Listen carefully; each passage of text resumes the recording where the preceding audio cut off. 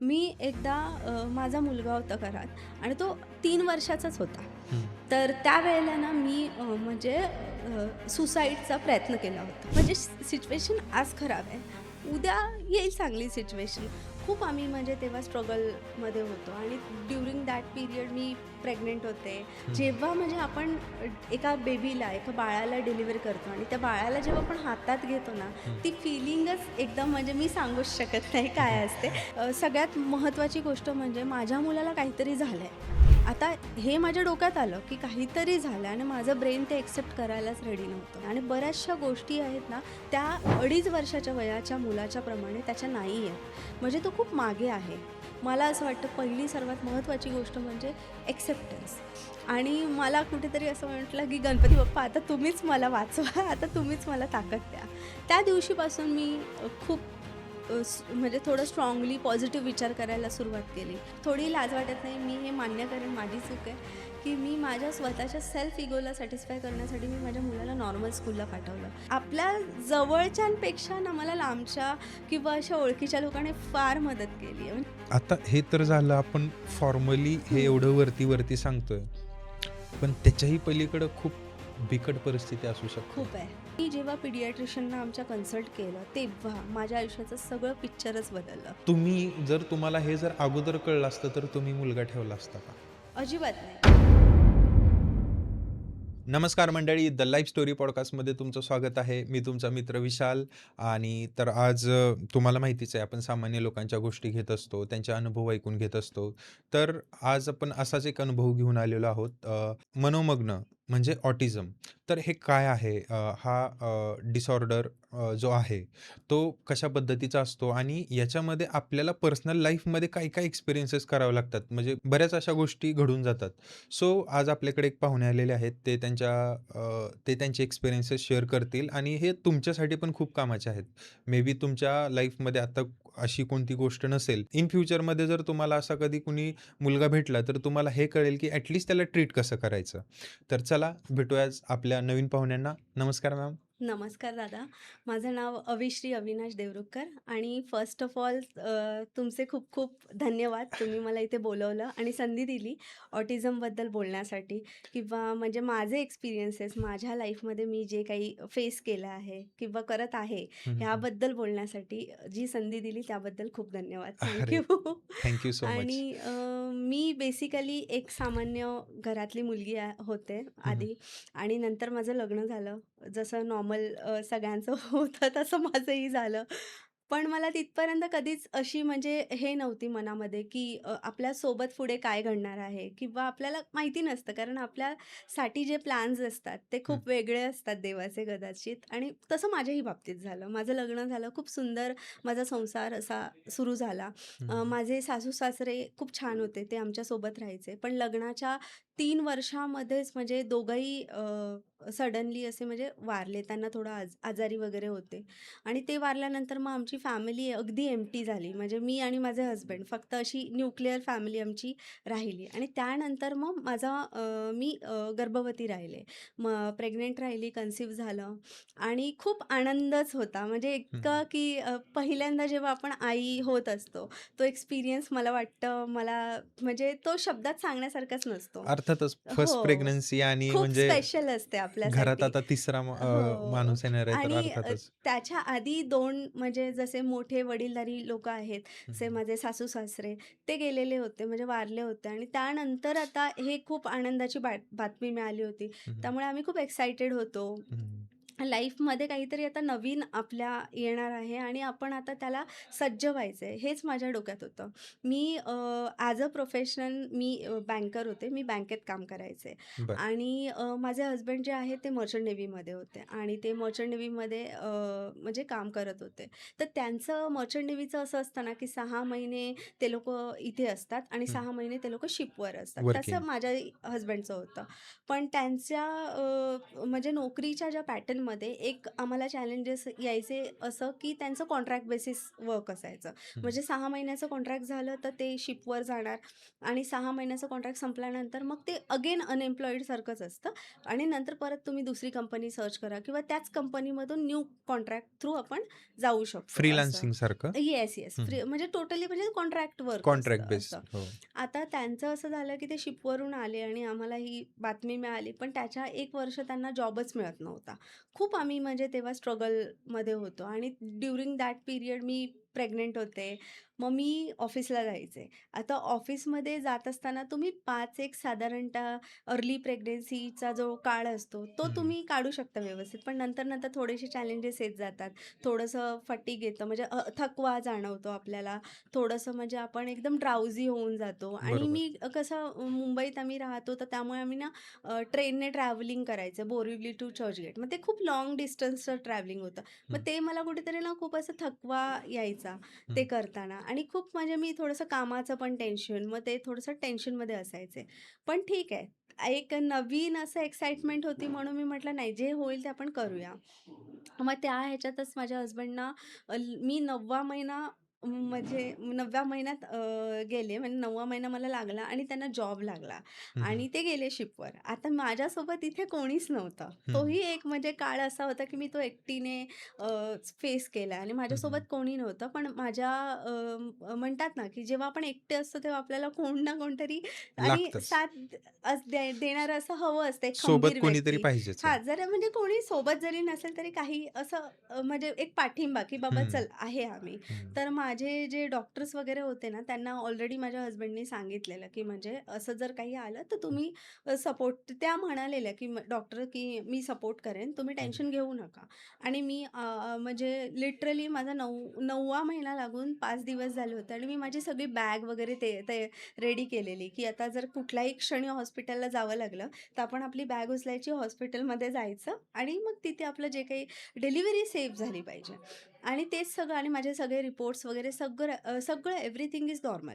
मग मला असं वाटलं, की ठीक आहे चला सगळं व्यवस्थित आहे. मग काय हं. आता नो टेन्शन. मग अचानकच एक दिवशी मला ना असं म्हणजे कळा थोडा-थोडा असं जाणवायला लागलं. मग मी हं, त्या दिवशी डॉक्टरांना कॉल केला, की असं-असं होतंय. तर त्या म्हणाल्या, "ठीक आहे."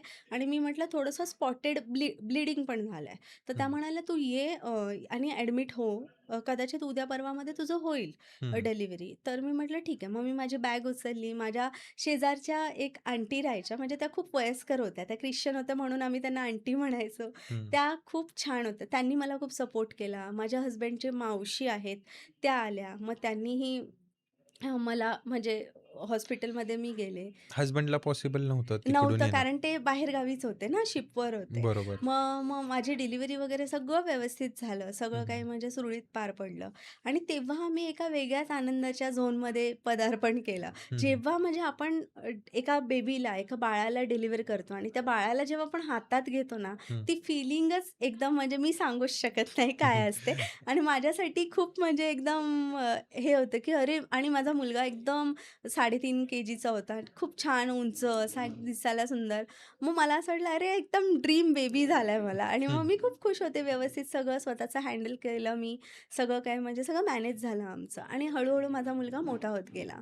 अच्छा. त्याचे जे मुलांमध्ये कसं असतं ना फिजिकल माइलस्टोन्स असतात. जसं की एका पर्टिक्युलर एजमध्ये मुलं रांगायला लागतात, हो. पकडून उभे राहायला लागतात, मग चालायला लागतात. हळू ते लोकं बोलायला लागतात. ते सगळे माइलस्टोन्स म्हणजे बोलणं सोडून माझ्या हं, मुलाने सगळे माइलस्टोन्स अचीव्ह केले होते. म्हणजे तो बोलत होता चालायला लागला, हं, धरून असं उभा राहायला लागला. क्रोलिंग वगैरे, दात येणे, हं. म्हणजे दात नवीन जेव्हा येतात, ते सगळं नॉर्मल होतं. पण ते जे सिम्प्टम्स होते, हं, जे आता जनरली हं. नॉर्मल मुलांच्यामध्ये जे हो, सिम्प्टम्स हो. असतात म्हणजे ऑटिझममध्ये हां. ते सिम्प्टम्स होते का? नोटीस होत होते का? तेच सिम्प्टम्स मला त्याच्या वयाच्या 1.5 वर्षापर्यंत कधी जाणवलेच नाही. अच्छा, म्हणजे एकदम नॉर्मली हां, बेबीसारखाच तो. एकदम नॉर्मल. हं, म्हणजे जसं की खेळायचा, हं, खेळण्यांमध्येच मुलं खेळतात, तसं हं, खेळायचा, धावायचा, पळायचा, सगळं नॉर्मल. म्हणजे हं. फिजिकली तुम्ही त्याला जजच नाही करू शकत, की आज इव्हन तो आजही नाही करू शकत. मग ते मला असं वाटलं, की ठीक आहे, चल आपला मुलगा मस्तपैकी पण हळू जेव्हा तो 1.5 वर्षाचा झाला, तेव्हा मी बाकीच्या मुलांना बघायला लागले.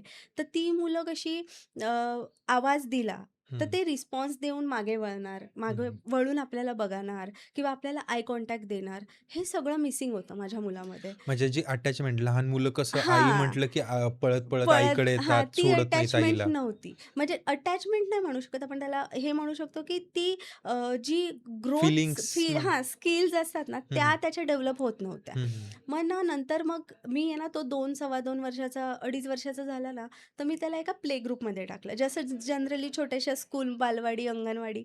तसं मी म्हटलं की चला स्कूलला तरी जाईल, तर तो बोलायला सुरुवात करेल असं. तर तो स्कूलला जायला लागला. पण तिथे जाऊन मला एक वेगळंच चित्र माझ्या डोळ्यासमोर उभं राहिलं आणि ते फार भयानक होतं. जसं-जसं 1 महिना तो गेला स्कूलमध्ये, एका महिन्यातच मला टीचरने सांगितलं, की तुमचा मुलगा बाकीच्या मुलांमध्ये बसतच नाहीये.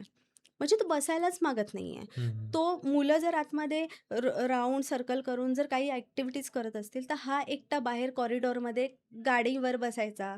कधी कॉरिडॉरच्या त्या विंडोमधून बाहेरून बघत बसायचा. हं. हे सगळं करायचा. म्हणजे मीनिंगलेस खेळणं असायचं त्याचं. अच्छा. आणि जर काही ॲक्टिव्हिटीज सांगितल्या, हं. कलर्स वगैरेच्या किंवा स्क्रिबलिंगच्या किंवा म्हणजे आपण नाही छोटे-छोटे कलर्स देतो आपण खडूचे आणि सांगतो गिरवा, हे हं. सगळं, ते सगळं काहीच नव्हतं. सिटिंग टॉलरन्स 0 होता. आता ओके. ह्याच्यामध्ये असं घडलं, की तो फार मस्ती, मला असं वाटायचं, की मुलं फार मस्ती करतात. ही हं. मस्ती असेल, नॉटीनेस असेल, नॉटी असेल, भरपूर असा असतात ना काय-काय मुलं ॲक्टिव्ह जरा खूप एकदम जास्त. ओव्हर ॲक्टिव्ह असतात. येस. हो. तो तसा काहीसा असेल असं हं. वाटलेलं. हं, हं. पण मला हे माहितीच नव्हतं, की हे ADHDचं लक्षण आहे. म्हणजे ऑटिझम तर त्याला होतंच, कारण की तो आय कॉन्टॅक्ट देत नाहीये, लोकांमध्ये खेळणं त्याला आवडत नाहीये. त्याला अजून स्पीचही आलेलं नाहीये. त्याला गोष्टी समजत नाहीये. त्याच्यासोबत त्याला ADHD पण होतं, म्हणजे अटेन्शन डेफिसिट डिसऑर्डर. तर त्याच्यामध्ये असं असतं ना, की मुलं अटेन्शन देऊ शकत नाही. कॉन्सन्ट्रेशन त्यांचं ब्लिंक होत असतं. म्हणजे ओके. फ्रॅक्शन ऑफ सेकंडमध्ये त्यांचं कॉन्सन्ट्रेशन एका गोष्टीवरून दुसऱ्या गोष्टीकडे वळत जातं. आणि ते मला म्हणजे कळलं नव्हतं. तेव्हा मला हे सगळ्याची काहीच माहिती नव्हती. हं. मी ही एक सामान्य घरातली मुलगी होती. मी कधीच लहानपणापासून माझ्या हं. स्वतःच्या आयुष्यात हं. असं बघितलंच नव्हतं. त्यामुळे मला काही जाणीवच नव्हती.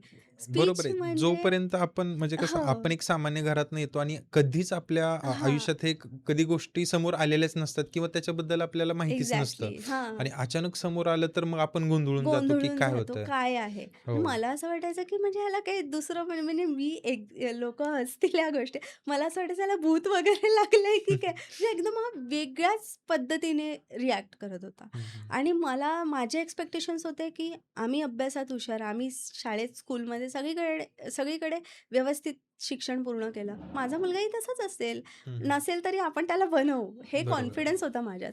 पण नंतर जेव्हा मला त्याच्या टीचरने सांगितलं, की ह्याचं जे चित्र आहे ते फार वेगळं आहे आणि बऱ्याचशा गोष्टी आहेत ना, त्या 2.5 वर्षाच्या वयाच्या मुलाच्या प्रमाणे त्याच्या नाही आहेत. म्हणजे तो खूप मागे आहे. तर तुम्ही पिडियाट्रिशियनला किंवा डॉक्टर्सना कन्सल्ट करा. तोपर्यंत तुम्ही डॉक्टरांना कन्सल्ट केलं नाही. नव्हतं का? कारण माझ्या लेखी सगळं नॉर्मल होतं. फक्त स्पीच नव्हती. तर मला आजूबाजूचे जे वयस्कर लोकं आहेत, ते म्हणायचे, की "ठीक आहे, मुलांना ना थोडं उशिरा स्पीच येतं. ते हं, हं. मुलं उशिरा बोलतात, मुली लवकर बोलतात." बरोबर. असं म्हणायचे. तर मला असं वाटलं, की ठीक आहे ना, कारण माझा स्वतःचा भाऊच ना 3-3.5 वर्षामध्ये बोलायला लागला होता आणि हं, बोबडं बोलायचा. 7-8 वर्षापर्यंत तो बोबडं बोलला आणि नंतर आता त्याचं क्लिअर स्पीच आहे. हं, तर मग मला असं वाटलं, ह्याचंही असंच काहीसं असेल. पण मी असं म्हणजे चुकूनही आलं नाही, की काय असतं ऑटिझम, काय हं, असतं ADHD, मला काहीच माहिती नाही. हं. मी जेव्हा पिडियाट्रिशियनना आमच्या कन्सल्ट केलं, तेव्हा माझ्या आयुष्याचं सगळं पिक्चरच बदललं. बापरे! म्हणजे तेव्हा मी सांगू नाही शकत शब्दात, की खूप विचित्र अवस्था झाली होती माझी. मी गेले पिडियाट्रिशियनकडे, आम्ही त्यांना कन्सल्ट केलं. त्यांनी मला सरळ सांगितलं, की हे जी लक्षणं आहेत तुमच्या मुलाची, ती सरळ-सरळ ऑटिझम आणि ADHDची लक्षणं आहेत. म्हणजे बापरे! त्याला ऑटिझम स्पेक्ट्रम डिसऑर्डर आहे. मराठीत आपण त्याला मनोमग्नता म्हणतो. म्हणजे स्वतःच्याच धुंदीत राहणे, स्वतःच्याच आपल्या थॉट्समध्ये मग्न राहणे, ह्याला मनोमग्नता म्हणतात आणि तो तशाच पैकी वागायचा आणि डॉक्टरांनी जी लक्षणं त्याची होती, तीच लक्षणं त्यांनी रिपीट करून सांगितली, की हीच लक्षणं ऑटिझमची असतात. मग आता सगळ्यात महत्त्वाची गोष्ट म्हणजे माझ्या मुलाला काहीतरी झालंय.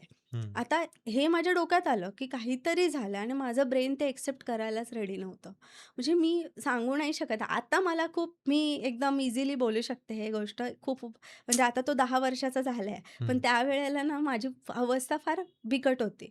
आणि आता त्यावेळेला म्हणजे मला आपलं कसं समाज असा असतो, की म्हणजे ह्या मुलाला नक्की काय झालंय एकदम हं. मोठा आणि हे असे शब्द मला खूप भारी वाटत होते एकदम. मग मी सर्च केलं, की म्हणजे हे असतं काय नक्की एक्झॅक्टली याचे सिम्प्टम्स काय असतात. मग मी जेव्हा पिडियाट्रिशियननी आम्हाला न्यूरोलॉजिस्ट पिडियाट्रिक असतात त्यांच्याकडे पाठवलं किंवा हं. डेव्हलपमेंटल पिडियाट्रिशियन आपण त्यांना म्हणतो. ते मुलांची जी माइलस्टोन्स असतात फिजिकल, मेंटल त्या हं. दोघांचं तारतम्य आहे की नाही हे चेक करतात. म्हणजे तुम्ही फिजिकली 7 वर्षाचे आहात, पण बरोबर. मेंटली पण तुमची ग्रोथ 7 वर्षाची आहे की नाही हे चेक करतात. तर ओके. त्यांना ते डेव्हलपमेंटल पिडियाट्रिशियन्स असतात त्यांच्याकडे आम्ही गेलो. त्यांनी मला सगळं एक्सप्लेन केलं, की ऑटिझम असतं काय? हेड डिसीज नाही आहे. हा कुठलाही आजार नाही आहे. हा तुझ्या मुलाचा मेंदूचा विकास हं. पूर्णपणे झालेला नाही आहे. हं. म्हणजे अविकसित आपण म्हणू शकतो किंवा आपण असं म्हणू शकतो, की ऑर्गनाइज्ड ब्रेन नाही आहे. हं. हं. आता आपण फॉर एक्झाम्पल घेतलं, मी जर तुम्हाला म्हटलं, की मला जरा तो फोन देता का? तर हं. तुमच्या brain within a fraction of second command तुमच्या माइंडला मिळेल, की फोन अविश्रीला द्यायचा आहे. मग तुम्ही काय बरोबर. कराल? फोन उचलाल, माझ्या हातात द्याल. ठीक आहे. एक्झॅक्टली. पण हेच या मुलांना जर आपल्याला सांगायचं असेल, तर एक command through pattern, through activities तुम्हाला त्यांना लर्न करावी लागते. म्हणजे ही खूप प्रोसेस आहे आणि एखाद्याचं आयुष्य जर असं झालं, तर तो कसा जगेल ह्याची कल्पनाही आपण करू करू शकत नाही. शकत नाही. कारण ते त्याच्या हां. लाईफ थ्रूआउट पूर्ण लाईफपर्यंत ते हो, चालणारच आहे ते तसं. चालणार आहे. हं. आता मला ते कळल्यानंतर माझी हालत फार बेकार झाली. हं. पहिलं सगळ्यात गोष्ट महत्त्वाची असते, कुठलीही गोष्ट तुम्हाला तुम्हाला कुठलाही क्रिटिकल आजार असू दे, कॅन्सर असू दे, काहीही असू दे, कितीही क्रिटिकल लाईफमध्ये सिच्युएशन असू असू दे. मला असं वाटतं पहिली सर्वात महत्त्वाची गोष्ट म्हणजे एक्सेप्टन्स. तुम्ही हं. एक्सेप्ट केली पाहिजे सिच्युएशन. ज्या वेळेस आपण एक्सेप्ट करतो ना, आपले जे माइंड शिफ्टिंग असतं ना, ते प्रॉब्लेम ओरिएंटेशनकडून प्रॉब्लेम सॉल्व्हिंगकडे वळतं. म्हणजे आपण बरोबर. प्रॉब्लेम आहे, हं. मी एक्सेप्ट केलं, चल बाबा ही प्रॉब्लेम आहे. पण एक्सेप्ट करणार कसं ना? हं. कारण तुम्हाला आधी काहीच माहिती नाही त्याच्याबद्दल आणि मी एकदम म्हणजे असं रडणं वगैरे, हं. देवाला ब्लेम करणं, "देवा हे तू मलाच का दिलं?" जे की प्रत्येक पॅरेंट्स करतात. ज्यांच्या आयुष्यात ही घटना घडली आहे, तर सगळ्यांनीच केलं असेल. सगळेजण रिलेट करतील ह्या गोष्टीला. आपल्या मुलांना जराही काही झालं, आपण हे विचार करतो ना, की "अरे हं. मलाच का असं दिलं?" बरोबर. आता मग मी खूप भांडले देवाशी, की असं का हे सगळं आणि खूप ते अ, तुमच्यासाठी म्हणजे पॉसिबलच नव्हतं का नाही एक्सेप्ट करणं? एक्सेप्ट करणं. मला हं. असं वाटलं, की माझ्या पूर्ण फॅमिलीमध्ये कोणाला नाहीये. माझ्या सासरकडच्या कुठल्या फॅमिली मेंबर्सना असं कुठलाच त्रास नाहीये. मग हे असं का माझ्या मुलाच्या बाबतीत आलं? आणि दिसायला इतकं सुंदर आहे, छान आहे, म्हणजे व्यवस्थित आतापर्यंत सगळं काही करतोय. मग आता का असं म्हणजे एकदम अचानकच हे काय नवीन आहे? असं आणि मग मी ना खूप टेन्शनमध्ये असायचे. इतकी टेन्शनमध्ये होते ना, की मी पूर्ण असं ते डिप्रेशनच्या त्या लेव्हलला गेले. हं. हं. आणि प्रत्येकाशी फक्त ऑटिझमबद्दल बोलणे. म्हणजे ती गोष्टच आहे ना, की आपण सामान्य घरातलं असतं आणि आपल्याला ह्या गोष्टींबद्दल काही आयडियाच नसते. हं. आपण स्वतःच त्या गोष्टी एक्सेप्ट करायला लागत हो, नाही. हो. सो मग पुढे मग कशा-कशा गोष्टी तुम्ही हे करत गेले? ॲक्चुअली कसं आहे ना, माझं माइंड खरंच म्हणजे त्यावेळेला कुठल्याच गोष्टी एक्सेप्ट करण्याच्या ह्याच्यात नव्हतं. मी फार टेन्शनमध्ये गेले. फार एका अशा कोशात गेली, की म्हणजे आता मी काहीही करू शकत नाही. आता म्हणजे काही होणार नाही किंवा आता हे कायच झालं बरोबर आणि मी खूप निगेटिव्ह झोनमध्ये गेले. म्हणजे खूप निगेटिव्ह विचार करायला लागले. असं झालं आणि मग त्यानंतर मला कुठेतरी असं म्हणजे मी जेव्हा डॉक्टरांना वगैरे कन्सल्ट केलं, तेव्हा डॉक्टरांनी सांगितलं, की पहिलं तर हा डिसीज नाही आहे, हा डिसऑर्डर आहे. मग राइट. डिसऑर्डर म्हणजे काय, की अनऑर्गनाइज्ड ब्रेन सिच्युएशन आहे. तुम्हाला थ्रू पॅटर्न त्याला ते शिकवायचं आहे. आता तुम्ही ही अपेक्षा करू नका, की हा नॉर्मल मुलांसारखा हे होईल, ते होईल. तुम्ही त्याला नॉर्मल स्कूलमध्ये हे नाही अपेक्षा करायची. अपेक्षा ही करा, की तुम्ही त्याला इंडिपेंडेंट कसं बनवाल. म्हणजे त्याच्या आयुष्यामध्ये इंडिपेंडेंटली तो स्वतःच्या बेसिक गोष्टी जशा आपल्यासाठी त्या गोष्टी खूपच म्हणजे आपण महत्त्व देत नाही. म्हणजे की रोज अंघोळ करणे स्वतःच्या हाताने. तर हं. ऑब्व्हियसली ही आपल्यासाठी कॉमन गोष्ट आहे. स्वतःच्या हाताने जेवणे. आता 10-1 वर्षाचा मुलगा तर स्वतःच्या हातानेच जेवेल ना. अंघोळ बरोबर. जर आपण त्याला सांगितली तर तो स्वतःच करेल. स्वतःचे कपडे घालणे. सो हे जे आपण बेसिक लाईफ स्किल्स आहेत, ते तुम्ही त्याला शिकवा आणि त्याला ओके. इतकं सक्षम बनवा, की तो स्वतःच्या गोष्टी स्वतः करेल, डिपेंड राहणार नाही दुसऱ्या लोकांवर. असं ओके. आहे. सो आता तुम्हाला ही सिच्युएशन कळाली. हं. पण त्यावेळेस तुम्ही जॉब पण करायचे आणि प्लस त्यालाही सांभाळायचे की कसं? हो, आणि हो. हसबंड त्यावेळेस मग कुठे होते? माझे हसबंड आहेत ना, म्हणजे जेव्हा माझं बाळ झालं, हं, तो जेव्हा 7-8 महिन्याचा झाला, तेव्हा ते शिपवरून परत आले आणि ते जेव्हा परत आले त्याच्यानंतरही त्यांना 1-1.5 वर्ष जॉब नव्हता हं, हं. आणि तोपर्यंत मलाही जॉब नव्हता. म्हणजे मी माझ्या प्रेग्नन्सीच्या 2-3 महिन्यानंतर जॉब सोडून दिला. कारण मला त्याला सांभाळणं, तो रात्रभर झोपायचा नाही आणि मी एकटीच घरात असायचे. हं, हं. त्यामुळे मला ते जमायचं नाही एकटीला सगळं अच्छा, करणं. म्हणजे त्यावेळेस ही जी सिच्युएशन आली, त्यावेळेस हां. तुमचे हसबंड तुमच्या सोबत होते? ज्यावेळेस आम्हाला डिटेक्ट झालं ना, तो हं, स्कूलला जायला लागला हं, आणि हं, आम्हाला डिटेक्ट झालं, हं. ते माझ्यासोबतच होते. बरं. म्हणजे त्यांचं असं आहे ना, त्यांनी खूप सर्च केलं होतं हं, ऑटिझमबद्दल आणि ADHDबद्दल. पण त्यांनी ती सिच्युएशन लगेचच एक्सेप्ट केली. आता प्रत्येक माणूस वेगळा असतो. आता हं, जसं तुमचा एखाद्या प्रॉब्लेमकडे बघण्याचा दृष्टिकोन वेगळा असेल, माझा वेगळा असेल हं, आणि मी त्यातनं म्हणजे थोडंसं आई आहे. हं, तर ऑब्व्हियसली म्हणजे आईला हे एक्सेप्ट होत नाही पटकन. माझ्या मुलाला जर काही झालंय, तर हं, मी नाही इतकं म्हणजे असं मी म्हणत नाही, की एक्सेप्ट करतात असं काही नाहीये. हं, पण माझे हसबंड खूप स्ट्राँग होते त्यावेळेला आणि त्यांनी खूप सर्च वगैरे केलं, खूप लोकांशी बोलले. तर त्यांना असं वाटलं म्हणजे त्यांना कळलं, की ह्याच्यावर उपाय फक्त एवढाच आहे, की आपण ह्याला इंडिपेंडेंट बनवू शकतो. बाकी अपेक्षा नाही करू शकत. बरोबर. मग आता तो 2.5 वर्षाचा झाला हो. आणि तुमच्या ह्या सगळ्या फेजेस चालल्या. हां. मग पुढे तेव्हा आम्ही फायनान्शियली फार ड्रेन्ड झालो. कारण की 1-1.5 वर्ष, 2 वर्ष त्यांनाही जॉब नव्हता. हं, 1-1.5 वर्ष मला जॉब नव्हता. मग दोघेही कमवत नाहीये. फक्त जे काही सेव्हिंग्ज होते त्याच्यावर आमचं आयुष्य चाललेलं. आणि मग तो जेव्हा 2.5 वर्षाचा जेव्हा त्याला ते डिटेक्ट झालं, त्याच्यात 2-3 महिन्यानंतरच त्यांना जॉब आम्हाला खूप गरज होती. तर ते शिपवर गेले आणि हं, त्याच दरम्यान ना माझी आई वारली. असं झालं. मग माझी आई वारल्यानंतर मग मला असं झालं, की म्हणजे एक तर हा इमोशनल हे आपल्याला होताच हं. आणि आई वारल्यानंतर तर आपण आणखीनच जास्त खचतो. खचून जातो. तसं झालं माझं आणि मग मला आता शेअरिंग कोणाबरोबर म्हणजे लोकं होती असं नाहीये, की माझ्या आजूबाजूला खूप चांगली लोकं आहेत. तर मला ना असं कोणाशी बोलायचं किंवा कोणाला काही सांगायचं असं व्हायचं नाही. मी हं, एकटीच ह्याच्यामध्ये असायचे आणि त्या सर्व ह्याच्यामध्ये ना मी विचार करून ना स्वतःला ह्या अवस्थेत म्हणजे मला अजूनही विश्वासच होत नाही मी अशी करू शकते. मी एकदा माझा मुलगा होता घरात आणि तो 3 वर्षाचाच होता. हं. तर त्यावेळेला ना मी म्हणजे सुसाईडचा प्रयत्न केला होता आणि बापरे! मला माहिती आहे खूप चुकीचं आहे. प्लीज कोणी प्रेक्षकांनी असं कमेंट करू नका, की हिला कळत नाही, ही शिकलेली आहे. मला म्हणजे कळतं आपल्याला सगळं. पण आपल्याला ना आयुष्यामध्ये आपण अशा सिच्युएशनला येऊन थांबतो ना, की आपल्याला समोरनं सगळं ब्लँक होतं. म्हणजे किती-किती मोठे-मोठे लोकं आहेत, जे खरंच खूप हायली एज्युकेटेड असतात, खूप समजदार असतात, पण स्टिल ते पाऊल उचलतात. कारण हं. आपल्याला ना, आपण इमोशनली ना ड्रेन्ड आउट झालेलो असतो. आपल्याला कळतच नाही, आपल्यासमोर काही ऑप्शनच नसतं आणि माझं असंच झालेलं आणि त्याच दरम्यान माझे हसबंड शिपवर होते. म्हणजे मी एकटी होती. मग माझ्यासोबत फक्त माझा मुलगा आणि दिवसभर मी त्याचा विचार करायचे. दिवसभर त्याच्या भविष्याचं काय होईल? तो कसा मोठा होईल? मग ह्याला मी कसं हे करू? हे सगळं होऊन ना ते ओव्हरबर्डन झालं. मग मी एकदा असा प्रयत्न केला आणि मी लिटरली तुम्हाला सांगू, मला माहिती नाही कसं, पण देवाच्या मनामध्ये असं होतं, की तू म्हणजे खड्ड्यात पडता-पडता त्यांनी मला बऱ्याचदा उचललेलं आहे आणि मला ना त्यावेळेस पण म्हणजे जेव्हा मी असं घरातच होती मी एकटी आणि मी लिटरली म्हणजे ना खूप रडत होते आणि ना माझा मुलाला तेव्हा काहीच नाही कळायचं. तो अप्रॉक्सिमेटली 3 वर्षाचा पकडा तुम्ही असेल आणि तो ना असा म्हणजे त्याला कधीच असं करत नाही. पण आहे ना मी त्यावेळेस खूपच इमोशनली एकदम हे होती, वीक झालेली. तर मी प्रयत्न म्हणजे ते फॅनला हे करून करणारच. तो ना आला माझ्याकडे, त्याने मला हग केलं आणि ना मी रडत होती ना, तर त्याने माझ्याकडे असं फक्त बघितलं आणि तो असं करतो. ओव्हरवेल्म होतात ना, तेव्हा ते हं. लोक आपल्याला खूप अशी मिठी मारतात किंवा आपल्या जवळ येतात, पप्पी देतात. तर त्यानं तो ना मला असं जवळ आला माझ्या आणि मला तेव्हा असं वाटलं, की अरे आपण चुकीचं करतोय.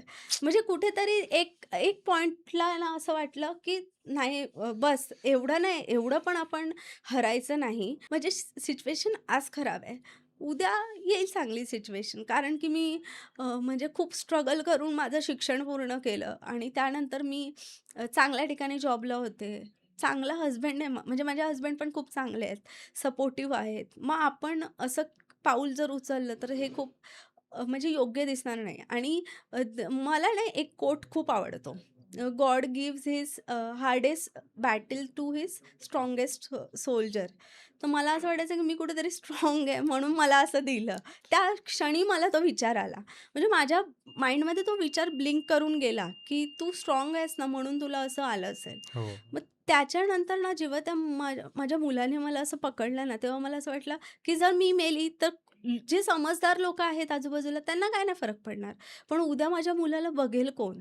असं. आणि एक आई आहे ना, ती हाच विचार करते, की हो. माझ्या मुलाचं काय? किंवा माझ्या मुलांचं काय? आणि आई त्याच्यासाठी फाईट करते. मी पण तोच विचार केला आणि मी स्वतःला मग सावरलं. आणि मग नंतर मी ही गोष्ट म्हणजे माझ्या हसबँडना वगैरे पण नाही सांगितली आणि त्यांना खूप टेन्शन आलं असतं, की मी असं पाऊल उचलायचा प्रयत्न केला. मी कोणालाच ही गोष्ट नव्हती सांगितलेली. मी स्वतःमध्येच ठेवलं. आणि म्हणजे माझे इष्टदेव आहेत गणपती बाप्पा. मी खूप मानते त्यांना. आजपर्यंत मला जे काही मी आहे फक्त आणि फक्त त्यांच्या कृपेमुळेच आहे. आणि मला कुठेतरी असं म्हटलं, की "गणपती बाप्पा आता तुम्हीच मला वाचवा, आता हं. तुम्हीच मला ताकद द्या." त्या दिवशीपासून मी खूप म्हणजे थोडं स्ट्राँगली पॉझिटिव्ह विचार करायला सुरुवात केली. आणि माझ्या मनामधून मी निगेटिव्हिटी हळू-हळू थोडंफार प्रयत्न करून चांगल्या लोकांना भेटणं, हं. म्हणजे जे असे पॅरेंट्स आहेत, जे ह्याच्यातून गो थ्रू करतायत, त्यांना भेटणं, त्यांच्याशी बोलणं आणि मग स्वतःला थोडं-थोडं धीर देत गेले. पण कधी-कधी असा पॉइंट येतो, की असं वाटतं, की "अरे काय आहे हे?" म्हणजे खूप असं निगेटिव्हमध्ये जाते. पण मी स्टिल मग थोडंसं सावरते स्वतःला. ते सगळं झालं त्याच्यानंतर मी माझ्या मुलासाठी म्हणजे मला डॉक्टरांनी सांगितलं, की तुम्हाला ह्याला थेरपीज द्यावे लागतील. तर ह्याच्यामध्ये ना ऑक्युपेशनल थेरपी, स्पीच थेरपी आणि रेमेडियल थेरपी अशा 3 असं बऱ्याच थेरपी आता आजकाल आल्यात. म्युझिक थेरपी म्हणजे जे काही शब्द, जे काही ॲक्टिव्हिटीज असतील त्याच्या मागे थेरपी लावा. मग ती एक थेरपी होते. असं ना अच्छा. हो, म्हणजे ओके. लिटरली योगा थेरपी, हं. मग कालच मी पी-एच-टी थेरपी म्हणजे ते त्याच्यामध्ये फक्त आणि फक्त फोटोचे जे फ्लॅशेस असतात ना, तसं काही लाईट्स तर देतात आणि मग ती पण एक थेरपी आहे. परत स्विमिंगमध्ये असतं स्विमिंग वॉटर थेरपी, हं. म्युझिक थेरपी अशा बऱ्याच थेरपी असतात. पण सगळ्यात मेजर जे आहे, जे हं. तुम्हाला ऑटिझममध्ये मदत करतं, त्यांच्या काही सायंटिफिक गोष्टींना क्युअर म्हणजे क्युअर नाही बोलू शकत, पण ऑन ट्रॅक आणायला, त्या म्हणजे ऑक्युपेशनल थेरपी आणि स्पीच थेरपी. मग मी माझ्या मुलाला त्या थेरपी चालू केल्या. हं. आणि मग नंतर परत मला म्हणजे बँकेचा कॉल आला. बँकेत मला नोकरी मिळाली परत. मग मी माझ्या 3.5 वर्षाच्या मुलाला सोडून म्हणजे बेबी सिटिंगमध्ये मी त्याला ठेवायचे आणि मी जायची ऑफिसला. अ, आणि मला तेव्हा असं वाटलं, की ठीक आहे ना, थेरपी करून स्टिल बघा माझा ॲटिट्यूड म्हणजे हं. माणसाला खूप असं शिकायचं असतं. म्हणजे देव आपल्याला खूप सारे हर्डल्स देतो, पण ते आपल्या चांगल्यासाठीच देतो. मी 2 वर्ष काम केलं. 5 वर्षाचा माझा मुलगा झाला आणि त्याला मग आम्ही ना चांगल्या स्कूलमध्ये टाकलं. आता मला असं होतं, की स्पेशल स्कूल काय असतं हे मला तेव्हाही माहिती नव्हतं ओके. किंवा माझ्यावरती कधी अशी पाळी येईल, की माझा मुलगा स्पेशल स्कूलला जाईल. हे नव्हतं. तरीही मी माझी स्वप्न ठेवलेलीच, की मी हं. ह्याला खूप स्कूलला जाईल, हुशार करेल, हं. हे ते. मी एक्सेप्ट नव्हतं केलेलं. कारण एक्सेप्टन्स ही खूप मेजर गोष्ट असते. सो अच्छा. प्रेक्षकांनाही मी ॲडवाईस करेन, की प्लीज तुम्ही आधी एक्सेप्ट करा स्वतःच्या मनाने, हृदयाने, की हं. हां बाबा, ही सिच्युएशन आहे मी एक्सेप्ट केली. मी एक्सेप्ट केलीच नव्हती. मी म्हटलं, की चला थेरपी करेन, हं. ह्याला थोडंसं ट्रॅकवर आणेल आणि ह्याला स्कूलला पाठवेन. हं. माझा स्वतःचा मला हे म्हणजे थोडी लाज वाटत नाही. मी हे मान्य करेन माझी चूक आहे, की मी माझ्या स्वतःच्या सेल्फ इगोला सॅटिस्फाय करण्यासाठी मी माझ्या मुलाला नॉर्मल स्कूलला पाठवलं. विदाऊट हे जाणता बरेच पॅरेंट्स असं करतात. विदाऊट हे जाणता, की म्हणजे माझा मुलगा तिथे कोप कसा करेल? त्याला हं. हं. काहीच कळत नाहीये. त्याला स्पीच नाहीये. तो एक्सप्रेस नाही करू शकत. मग तो स्कूलला जायचा हं. बसने. मी सकाळी 8:30ला त्याला त्याच्या बेबी सिटिंगमध्ये सोडायचे. दुपारी 1 वाजता त्याची स्कूलची बस यायची. त्या ज्या तिकडच्या केअरटेकर होत्या त्या त्याला रेडी करायच्या, डबा भरून द्यायच्या. बसने स्कूलला जायचा हं. हं. आणि तिथे ना बाकीची मुलं क्लासरूममध्ये अगेन आणि हं. तो बाहेर गार्डनमध्ये खेळत असायचा. आणि ही सिच्युएशन मला 3-4 महिने माहितीच नव्हती, की हे असं घडतंय. जेव्हा मी पॅरेंट्स टीचर मीटिंगला गेले, तेव्हा मला तिकडच्या टीचर्सनी सांगितलं, की तुमचा मुलगा स्कूलमध्ये येऊन फक्त गार्डनमध्ये खेळत असतो, ओके. असं. आणि मला हे माहितीच नाही, की असं होतंय. अगेन मग मी थोडंसं म्हणजे बॅकफूट आले. हं, हं. 6-7 महिने, 8 महिने, 9 महिने, 10 महिने झाली त्याची स्कूल. मार्च 2020लाच मला वाटतं कोविड लागलं ना. हं, हं. कोविड 27 मार्च 2020ला हं. कोविड लागलं अचानकच. कोविड लागलं, सगळं आयुष्य ठप्प झालं. त्याच्याच 2 महिन्याआधी 2020 जानेवारीमध्ये माझ्या जे हसबंड आहेत ते हं, शिपवर काम करत होते आणि 2 माळ्या इतकं उंच कंटेनरवरून ते पडले खाली आणि त्यांचं ना जे राईट हँड आहे ते डिस्लोकेट झालं. आता हँड डिस्लोकेट झालं. तेच त्यांची शिप लकीली इंडियामध्ये होती, चेन्नईला. हं, हं. आणि अ, अ, इथे त्यांनी मला कळवलं, की असं-असं झालंय. आता मी माझ्या मुलाला सोडून जाऊ शकत नाही. त्याला घेऊन जायचं म्हणजे एवढ्या तासांची जर्नी बाय ट्रेन पॉसिबलच नाही. पॉसिबल नाहीये. जरी मी फ्लाईटने गेले, तरी त्याचे टँट्रम्स म्हणजे कसं त्याला हँडल करू आणि कसं हे करू. माझे हसबंड एवढे स्ट्राँग होते. त्यांनी मला सांगितलं, "तू येऊ नकोस. मी इथे म्हणजे बघेन व्यवस्थित बघतो मी जितकं मॅनेज होईल तितकं करेन. जर नाहीच झालं तर मग काहीतरी बघू." मग त्यांचं ऑपरेशन झालं तिथे. मला खूप दुःख झालं, की अशा वेळेला आपल्या जवळची व्यक्ती जवळ असावी लागते आणि मीच त्यांच्या जवळ नव्हते. पण स्टिल म्हणजे त्यांनी खूप स्ट्राँगली ते मॅनेज केलं. त्याच्यानंतर मग आम्हाला म्हणजे मला त्यांचा फोन आला, की ऑपरेशन तर झालंय, पण म्हणजे त्यांना ना तिकडे घालायला म्हणजे आता हात पूर्ण असा होता ना त्यांचा, तर त्यांना असे लूज शर्ट्स वगैरे हवे होते किंवा काही अशा गोष्टी लागतात लागतात. आणि बरोबर. त्या आता मी मॅनेज कशा करू? ऑनलाईन जरी पाठवलं तरी कसं म्हणजे कोणाला सांगू? कसं करू? मग आहे ना, मी ज्या बँकेत काम करायचे त्यांची चेन्नईला ब्रांच होती. मग तिकडच्या लोकांना म्हणजे आपल्या जवळच्यांपेक्षा ना मला लांबच्या किंवा अशा ओळखीच्या लोकांनी फार मदत केली आहे. म्हणजे असं तर मग मी त्यांना सांगितलं, की माझी एक मैत्रीण होती. मग ती घेऊन गेली शर्ट्स वगैरे आणि मग ते त्यांचं ऑपरेशन वगैरे होऊन थोडंसं हॉस्पिटलमध्ये राहून ते 15-20 दिवसांनी इकडे आले. फेब्रुवारीच्या पहिल्या आठवड्यात ते इकडे आले आणि मार्चमध्ये लॉकडाऊन लागलं. आता ड्युरिंग लॉकडाऊन मी हं, एक तर बँकेत होते. मला सुट्टीच नव्हती. हं. कारण आम्हाला जरीही लॉकडाऊन असलं, तरी 2-2 स्टाफला रोटेशनली जावं लागायचं जावं बँकेत आणि लागायचं. बँक ओपन करून आणि आमची बँक इतकीही म्हणजे मोठ्या लेव्हलला नव्हती. तर एटीएममध्ये रिप्लेनिशमेंट करतात, कॅश वगैरे भरतात. ती हं, सर्व कामं आमच्या ऑपरेशन टीम्सला करावी लागायची आणि मी ते करायची. तर मग आता मी म्हटलं, की आता मी करू कसं मॅनेज? पण मी स्टिल कोविडमध्ये पूर्ण कोविड मी काम केलंय. मग मी जायची ऑफिसला, मग घरी यायची. त्याच्यानंतर त्या ह्याच्यात पण म्हणजे माझ्या हसबंडनी ते घरी एका हाताने माझ्या मुलाला सांभाळायचे. आता तो सुसुपॉटी ट्रेन नव्हता. तर तो हं, हं. कुठेही असं शी करायचा. तर ते एका हाताने उचलून त्याला एका हाताने धुवायचे वगैरे इतकं म्हणजे केलंय. मग ते सगळं ना म्हणजे असं नाहीये की आम्ही त्याला ट्रेन करत नव्हतो किंवा आम्ही हं, त्याला हं. प्रयत्न नाही आम्ही करत होतो. पण हे लोकं मुलं ना इतक्या पटकन शिकत नाहीत. खूप नाही. वेळ आणि खूप तपश्चर्या करावी लागते त्याच्यानंतर ते शिकतात. आणि ॲक्चुअली. मग कोविड थोडं-थोडं ओसरतं झालं, व्हायला आलं. त्यांची नोकरी नव्हती. माझ्या एकटीचा पगार इतकासा वेल इनफ नव्हता, की आम्हाला पुरेल.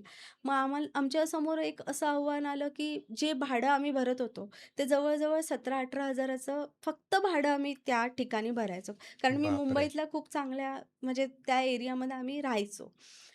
तर आता असं झालं, की ते 17-18 मधले 8,000 भरण्याची पण आमची ऐपत उरली नव्हती. म्हणजे इतकं म्हणजे थोडंसं फायनान्शियली फायनान्शियली ड्रेन्ड हं. झालं. आणि मग नंतर मग आम्ही विचार केला, की आपण छोट्याशाच जागेमध्ये शिफ्ट होऊया. आम्हाला आहे ना तिथेच जवळच एका चांगल्या कॉलनीमध्ये जे कॉमन चाळी असतात ना, त्याच्यामध्ये आम्ही एक रूम बघितला हं, हं. आणि तिथे ना आम्हाला ती बिल्डिंग फार जुनी होती. म्हणजे लिटरली माझे हसबंड खूप लहान होते ना, तेव्हापासून ती बिल्डिंग बघायचे अच्छा. आणि त्याच बिल्डिंगमध्ये आम्ही गेलो. आता तिथे आम्हाला दुसऱ्या मजल्यावर तो फ्लॅट मिळाला. म्हणजे छोटा वन रूम किचन होता. हं, आमचं व्यवस्थित चालू झालं आणि मी लकीली त्यावेळेला माझ्या मुलाला कोविड म्हणजे संपल्याच्या त्यावेळेला आहे ना, त्याचं बेबी सिटिंग सुटलं होतं. हं, हं. त्याच्यानंतर त्याला परत आता बेबी सिटिंगला पाठवायची माझी तयारी नव्हती. कारण मी त्याला खूप घाणेरड्या अवस्थेत बऱ्याचदा बघितलेलं. म्हणजे तो सुसुपॉटी ट्रेन नव्हता, तर तो ना भरलेले डायपरमध्ये तसाच बसून असायचा आणि तो काही बोलायचाही नाही. दिवसभर एखादा मुलगा तशा डायपरमध्ये सिच्युएशन. बसलाय, त्याला भूक लागली, त्याला नाही काय कळायचं. मग मला असं वाटलं, की मी एवढी लाचार तर नाहीये, की मी माझ्या मुलाला अशा अवस्थेत ठेवेन. आणि म्हणजे मग त्या वेळेस मला असं वाटलं, की आपल्याला काहीतरी करायचंय. हं, आणि मी अगेन तुम्हाला म्हटलं ना, मी जेव्हा-जेव्हा पडते ना, हं, तेव्हा-तेव्हा येतात हं, आमचे महाराज, माझे गणपती बाप्पा. त्यांच्या मला म्हणजे मी स्वप्नातही विचार केला नव्हता, की मला वर्क फ्रॉम होम मिळेल. म्हणजे त्या ह्याच्यामध्ये हं, आणि कोविडचा काळ होता, तर तेव्हा तर मिळत होते वर्क हं. From home. आणि ना लकीली माझ्या एका मैत्रिणीने एका ठिकाणी अप्लाय केलेलं, जिथे आज मी काम करते आहे. आणि तिचं नाही झालं सिलेक्शन. तर तिने ना तिकडचा कॉन्टॅक्ट मला दिला आणि मी जस्ट ट्राय केलं असंच. आणि माझं सिलेक्शन 2च दिवसात झालं. म्हणजे अरे वाह! तिकडे 5 राउंड होते. हं, हं, 5ही राउंड माझे खूप चांगले झाले आणि माझं सिलेक्शन झालं. हं, हं. त्यांनी मला ऑफर लेटर पाठवलं. मी एक्सेप्ट लगेचच केलं, की बाबा ठीक आहे, वर्क फ्रॉम होम शिवाय अजून काही इम्पोर्टंट नाही आहे. मी इम्पोर्टंट घरी नाहीये. माझ्या हसबँडचं पण म्हणजे बघेन आणि मुलाचंही बघेन. सॅलरी पण तिथल्या त्यात ठीक-ठाक मिळाली मला. म्हटलं ठीक आहे, चल जे डिझर्व्ह करतोय कमीत कमी ईश्वर आपल्याला ते देतोय देतोय. आणि ते मिळालं.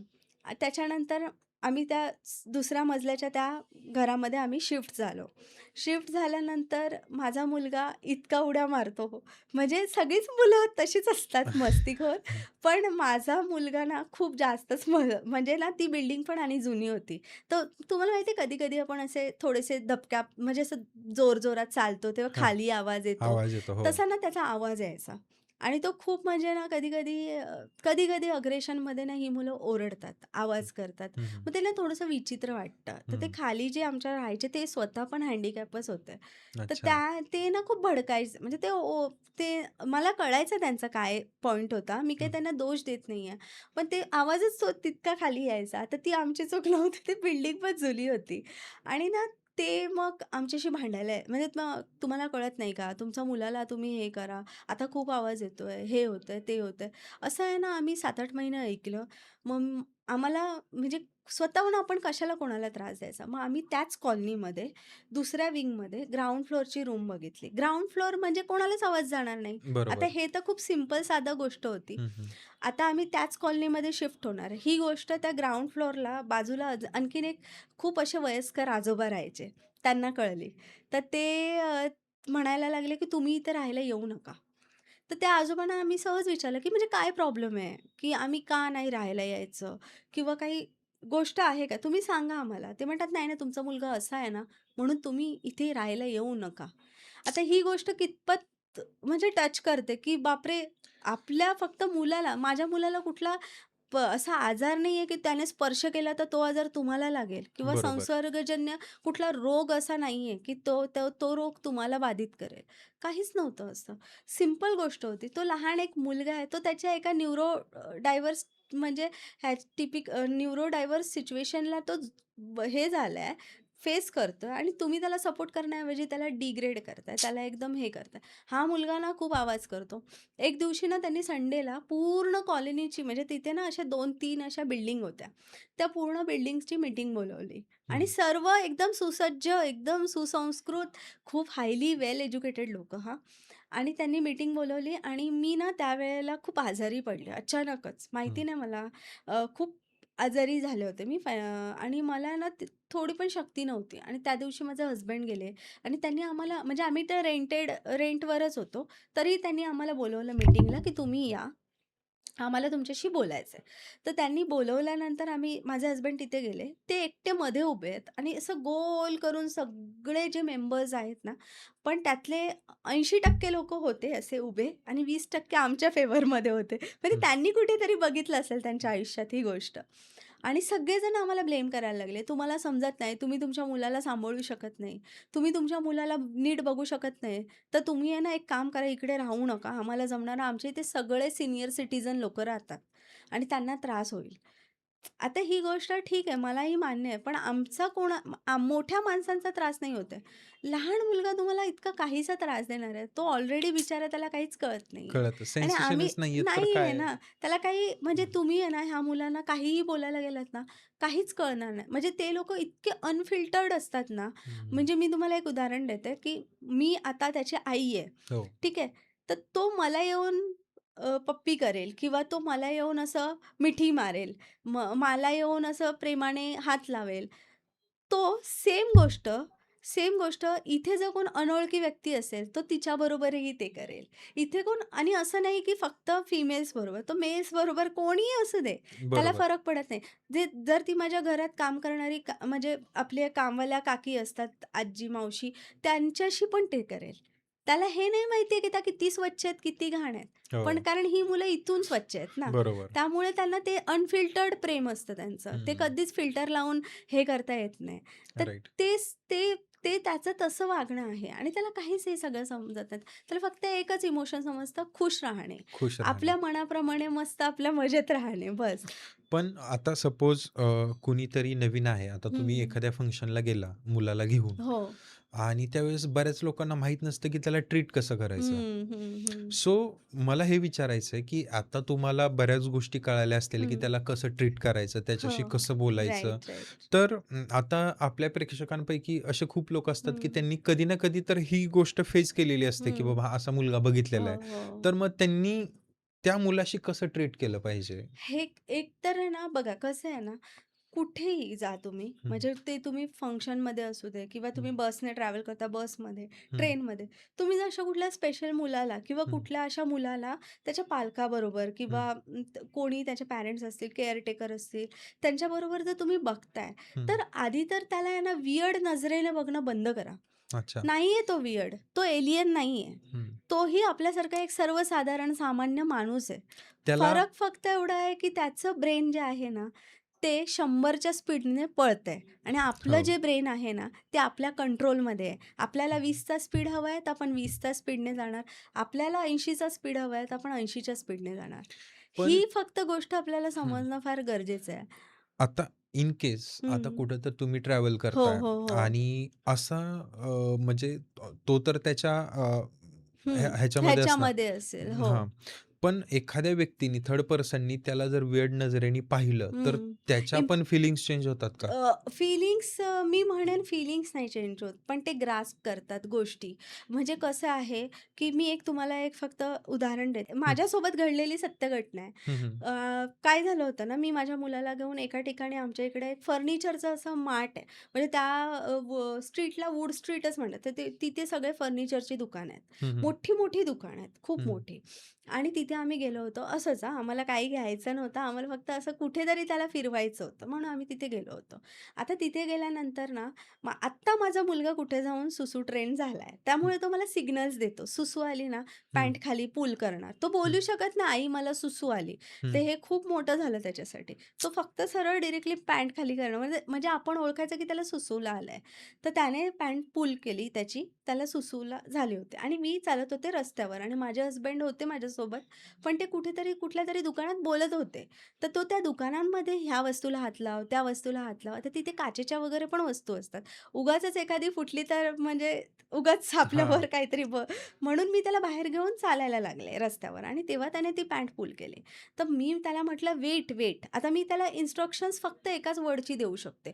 मी जर बरं. त्याला असं "सायदर काय, काय, काय, काय करतो?" हे जर असं फटाफट बोलले ना, त्याला हं. काहीच कळणार नाही. बाउन्स बरोबर. आहे त्याच्यासाठी ते. किंवा "सायदर तू हे काय करतो? तुला कळत नाही." हे सगळं नाही बोलायचं. हं. फक्त एकच वर्ड. पण आपणच अग्रेसिव्ह झालो तर तो अजून डिस्ट्रॅक्ट होणार. हां, एक्झॅक्टली. म्हणजे हं, त्याचं ह्या पिकवर आहे. हं. परत तुम्ही पण ह्या पिकवर. त्या ह्याच्यावरती नाही त्याच्याशी संभाषण करू शकत. बरोबर. तुम्हाला डाऊनच राहावं लागेल थोडंसं. ओके. असं होतं. हं, मग हं. आता त्याला मी म्हटलं, "वेट, वेट, वेट." त्याला कळलं ते. त्याने थोडीशी वर घेतली पॅन्ट आणि मी त्याला ना रस्त्याच्या त्या साईडला घेऊन गेले. तिथे ना एक सँडविचचं स्टॉल होतं. ते स्टॉल फारच लांब होतं. मी स्वतः खूप हायजीन फ्रेंडली आहे. मलाही हं. कळतं. मी पण म्हणजे आपण माणूस आहोत. आपल्याला इतकं तर कॉमन सेन्स असतोच ना, की कुठे सुसू करायचं, कुठे नाही. बरोबर. आणि मी त्याला खूप कोपऱ्यामध्ये घेऊन गेले आणि तिथे हं. त्याने ते सुसू केली. आता तो खूप म्हणजे थोडासा हायटेड पण आहे. ही मुलं जराशी चपळ असतात आणि खूप हो. धावपळ करतात. ती हं. खूप हायटेड पण दिसतात. तर आणि लोकांना वाटतं खूपच मोठा आहे. हं, हं. तर ती इथे ना एक लेडी होती आणि खूप हायली एज्युकेटेड म्हणजे चांगली होती, चांगल्या घरातली होती. त्या आल्या आणि त्यांनी मला सरळ फायर करायला सुरुवात केली, की "समझता नहीं आपको? ये क्या है? क्यों लाए हो आपके बेटे को?" म्हणजे तुला समजत नाही का तुझा मुलगा असा आहे, इतका मोठ्या मुलाला इथे सुसू करवतेस, आम्ही लोकं इथे खाणार आहे. जे जे की त्याचं दुकान फार लांब होतं ते सँडविचचं आणि त्या सँडविचवाल्याला मी दिसलीही नाही, की माझा मुलगा कुठे सुसू करतोय. म्हणजे हं, त्यांनी इतकं मला लेक्चर दिलं ना, मग मी त्यांना म्हटलं, की "प्लीज काम डाऊन. हा स्पेशल चाइल्ड आहे. त्याला हं. नाही कळत फीलिंग्स. त्याला नाही." मी एवढं समजावून सांगते पोटतिडकीने तिला आणि एकदम लो व्हॉईसमध्ये. मला प्रचंड पूर्वी राग यायचा. म्हणजे मी खूप अग्रेशनमध्ये बोलायचे. आताही येतो. काही चुकीचं मी बघू शकत नाही. कोणीही नाही बघू शकत हं, चुकीचं. जेव्हा बरोबर. चुकीचं होतं तेव्हा ऑब्व्हियसली आपल्याला ऑटोमॅटिकली आतून क्रोध येतो.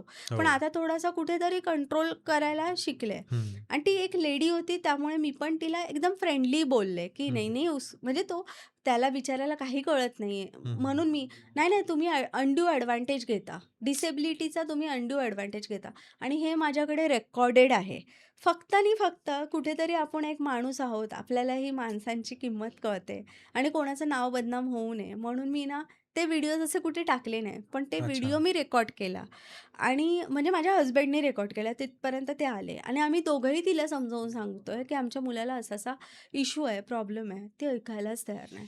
ॲक्चुअली एज्युकेटेड लोकांना सुद्धा माहितीच नाही, की मुलांना हे स्पेशल चाइल्ड आहेत आणि ह्यांना कसं ट्रीट कसं? केलं पाहिजे. हे का होतं माहिती आहे का दादा? हं, कसं होतं ऑटिझम काय आहे हं, किंवा म्हणजे ADHD काय आहे, हं, हे लोकांना नाही माहिती आहे. हं, हे जे ॲक्चुअली जसं की मी पॅरेंट झाले किंवा जेव्हा मी फेस केलं, तेव्हा मलाही हे माहिती नव्हतं ना. ते हं. त्यामुळे त्या लोकांना आपण म्हणजे जास्त हे नाही बोलू शकत की त्यांनाही ब्लेम करू ब्लेम शकत नाही आणि ह्याला तर काही ह्याला बोलूच शकत बोलूच नाही. शकत नाही असं आणि हं. मधल्यामध्ये आपलं हे होतं. हो. मग आता ह्याच्यामध्ये काय होतं ना, की कुठेतरी आपली हं, म्हणजे मला माहिती नाही हे बोलणं योग्य आहे की नाही, पण कुठेतरी जसं पोलिओची ॲड गव्हर्नमेंट करतं हं. किंवा म्हणजे आता तर बरेच मूव्हीज आले आहेत. हो. मूव्हीज थ्रू लोकं फार एज्युकेटेड होतात. तर कच्चा लिंबू त्याच्यामध्ये हा हं. खूप सुंदर हो. सिनेमा आहे. जर कोणाला कोणी पाहिलं नसेल कच्चा लिंबू, तर तुम्ही तो नक्की पहा. रवी जाधव यांचा सिनेमा आहे तो. त्याच्यामध्ये ही सगळी परिस्थिती मांडलेली आहे. हो. येस. या ज्या मूव्हीज आहेत ना, त्याच सपोर्ट करतात हं. लोकांना एज्युकेटेड करायला, अवेअरनेस करण्यासाठी. राइट. आता बेसिकली आपणही हा पॉडकास्ट करतोय, ते मी मी ह्यासाठी नाही करत आहे, की म्हणजे बघा किंवा मला सिम्पती द्या. बिलकुलही नाही. हो. आपण ह्याच्यासाठी करतो, की एक लोकांना एक अवेअरनेस. अवेअरनेस व्हावी. हं. लोकांना हे समजावं. 5 जरी लोकांना समजलं ना, तर ते पुढे जाऊन 500 लोकांना एज्युकेट करतील. आता बरोबर आहे. त्यावेळेस त्या लेडीने मला खूप खूप त्या बाईने मला ऐकवलं. मला खूप वाईट वाटलं. पण तिथे ना एक म्हणजे म्हणतात ना, की जर तुम्हाला वाईट लोकांचे अनुभव चांगलेही लोकं मिळतात. हं, तिथे खूप चांगली लोकंही होती. ते आले त्यांनी समजावलं, की "अरे तुम्ही असं तिला बोलू नका. तिची हं, बिचारीची अवस्था खराब आहे. तिचा मुलगा हे झालाय." हं, आता हे सगळं कन्व्हर्सेशन होत असताना आपण ऑब्व्हियसली एकदम स्लो टोनमध्ये तर बोलणार नाही. थोडा हं, हाय हं, पिचवरती, थोडं लाऊड व्हॉईस झालं. हं, हं, माझ्या मुलाला ते कळलं, की काहीतरी माझ्यामुळे झालेलं आहे.